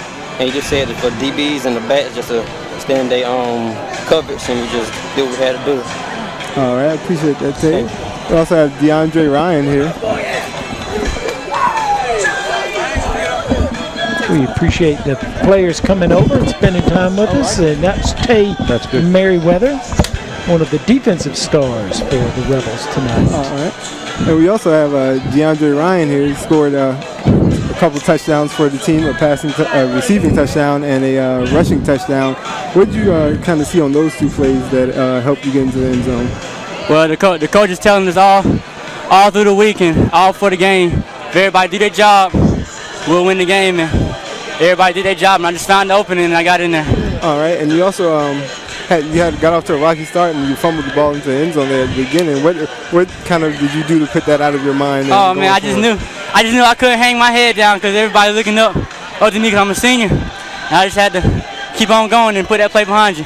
All right, and what do you hope this does for the team going forward into next week in the future? Sir? What do you hope this does for the team going forward? Us? Yeah. We just want to take it one step at a time, man, and just keep getting better and better each week. All right, appreciate that. Yes, sir. Thank you. All right, DeAndre Ryan, who also had a big game defensively for the team. He had an interception, a punt return, big punt return. He does a lot of things for this team to keep them going. And I believe that Coach Hillary may be joining Eric down there. Eric, is that right? He will be in a second. All right. Snuck off real quick talking to someone. Well, we'll go ahead and announce that we'll announce our MVP when we come back, as we have our intro into that, don't we, James? So, James, you want to go ahead, take a break right now, and then Coach Hillary, we'll have Coach Hillary when we get back. All right, we'll be right back here on the Jim Satcher's Motors Game of the Week. Strom Thurmond victorious over Aiken High 2014. We'll be right back. Late for work or school again? AutoTech can get your car or truck running smoothly in no time. Whether late model or classic, domestic or import, AutoTech can get the hums and hisses out of your vehicle. Their state-of-the-art computer diagnostics can identify your problem and get you on your way. Bring your automobile today to 460 Silver Bluff Road across from Hitchcock Plaza. AutoTech, mechanics you can trust with your family's safety. You can smile. I love to smile. I was so pleased that I could get all of my dentistry work done in just one visit. You can smile. Painless. That's how I would describe it. Here at the Center for Dentistry, it has been a wonderful experience. With the comprehensive nature of this one office, I can bring my family here and we can have it all done at one place. You can smile. Center for Dentistry, 1391 Silver Bluff Road, Aiken. At Specs Vision Center, we are focused on total eye care. Be it our large selection of designer frames, latest in contact lenses, or our great sunglass collection, we have just what you're looking for. Our doctors offer years of experience and use the latest technology to ensure a comprehensive eye examination. Late afternoon and Saturday appointments are available, so if you want the best in eye care, call Specs today at 642-9902. Unique Expressions in the Mitchell Shopping Center is a treasure chest of gifts for all occasions. The collegiate collection is second to none. South Carolina, Clemson, Georgia, ACC or SEC. Support your favorite school. From clothing to mailboxes to tailgating items, Unique Expressions has them all. Handbags by Spartina and the Vera Bradley collection, and a U.S. Post Office on site for your mailing convenience. Stop in today at Unique Expressions, 1521 Whiskey Road. Choosing a physician you can trust with your family's health is an important decision. University Medical Associates has been dedicated to your health care for over 20 years, and Dr. Humans and his staff are ready to provide the quality care you and your family deserve. With short wait times, walk-ins and same-day appointments, an in-house lab by Quest Diagnostics, and 24-hour turnaround on sports physicals, it's no wonder Dr. Humans was selected Best Family Doctor in Aiken's Choice 2015. Come see us today, 934 Doherty Road in Aiken. You finally found your dream home, but it needs a few tweaks. New windows, vinyl siding, maybe a sunroom. Who do you call to do the job right? Since 1963, Bates & Sons has been proud to offer quality products for your home, installed with unsurpassed workmanship. Check out our latest jobs on Facebook, and you could win one of our monthly giveaways. Visit our showroom on Vaucluse Road, or call 803-648-3581.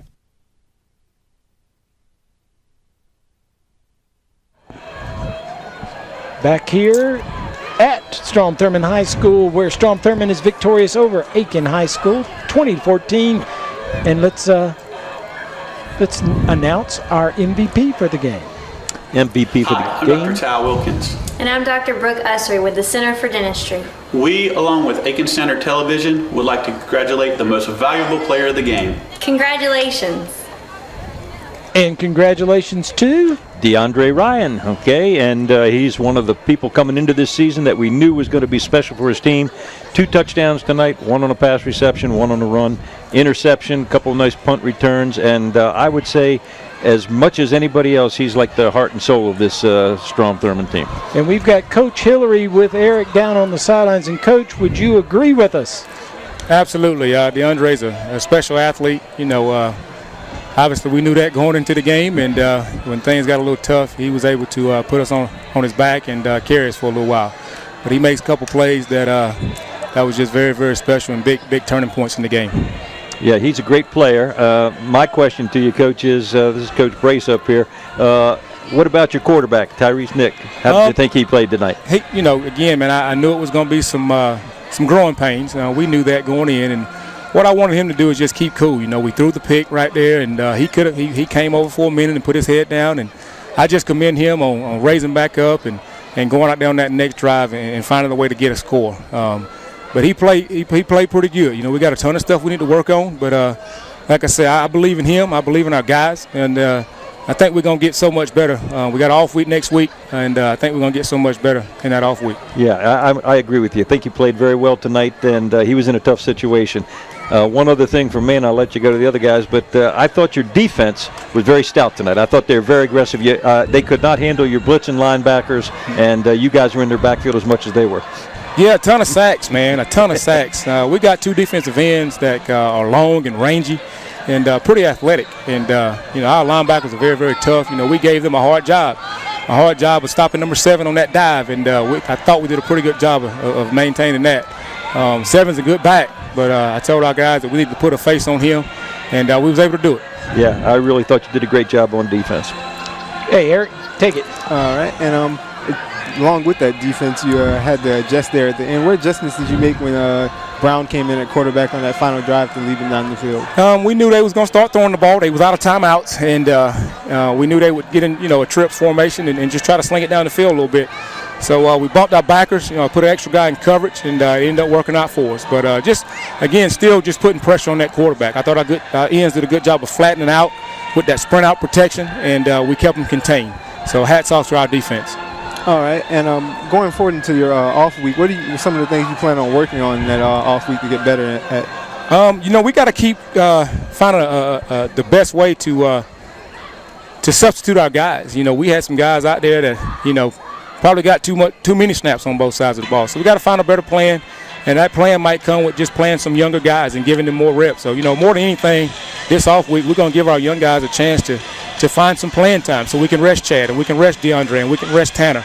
But other than that, like I said, we just got some fundamental stuff that we still need to get good at, but I think we're going to be fine. All right, appreciate that, Coach, and congratulations on the win. Thank you. We'll let you get back to your team, Coach. Congratulations. We'll see you in a few weeks. Thank you, sir. All right.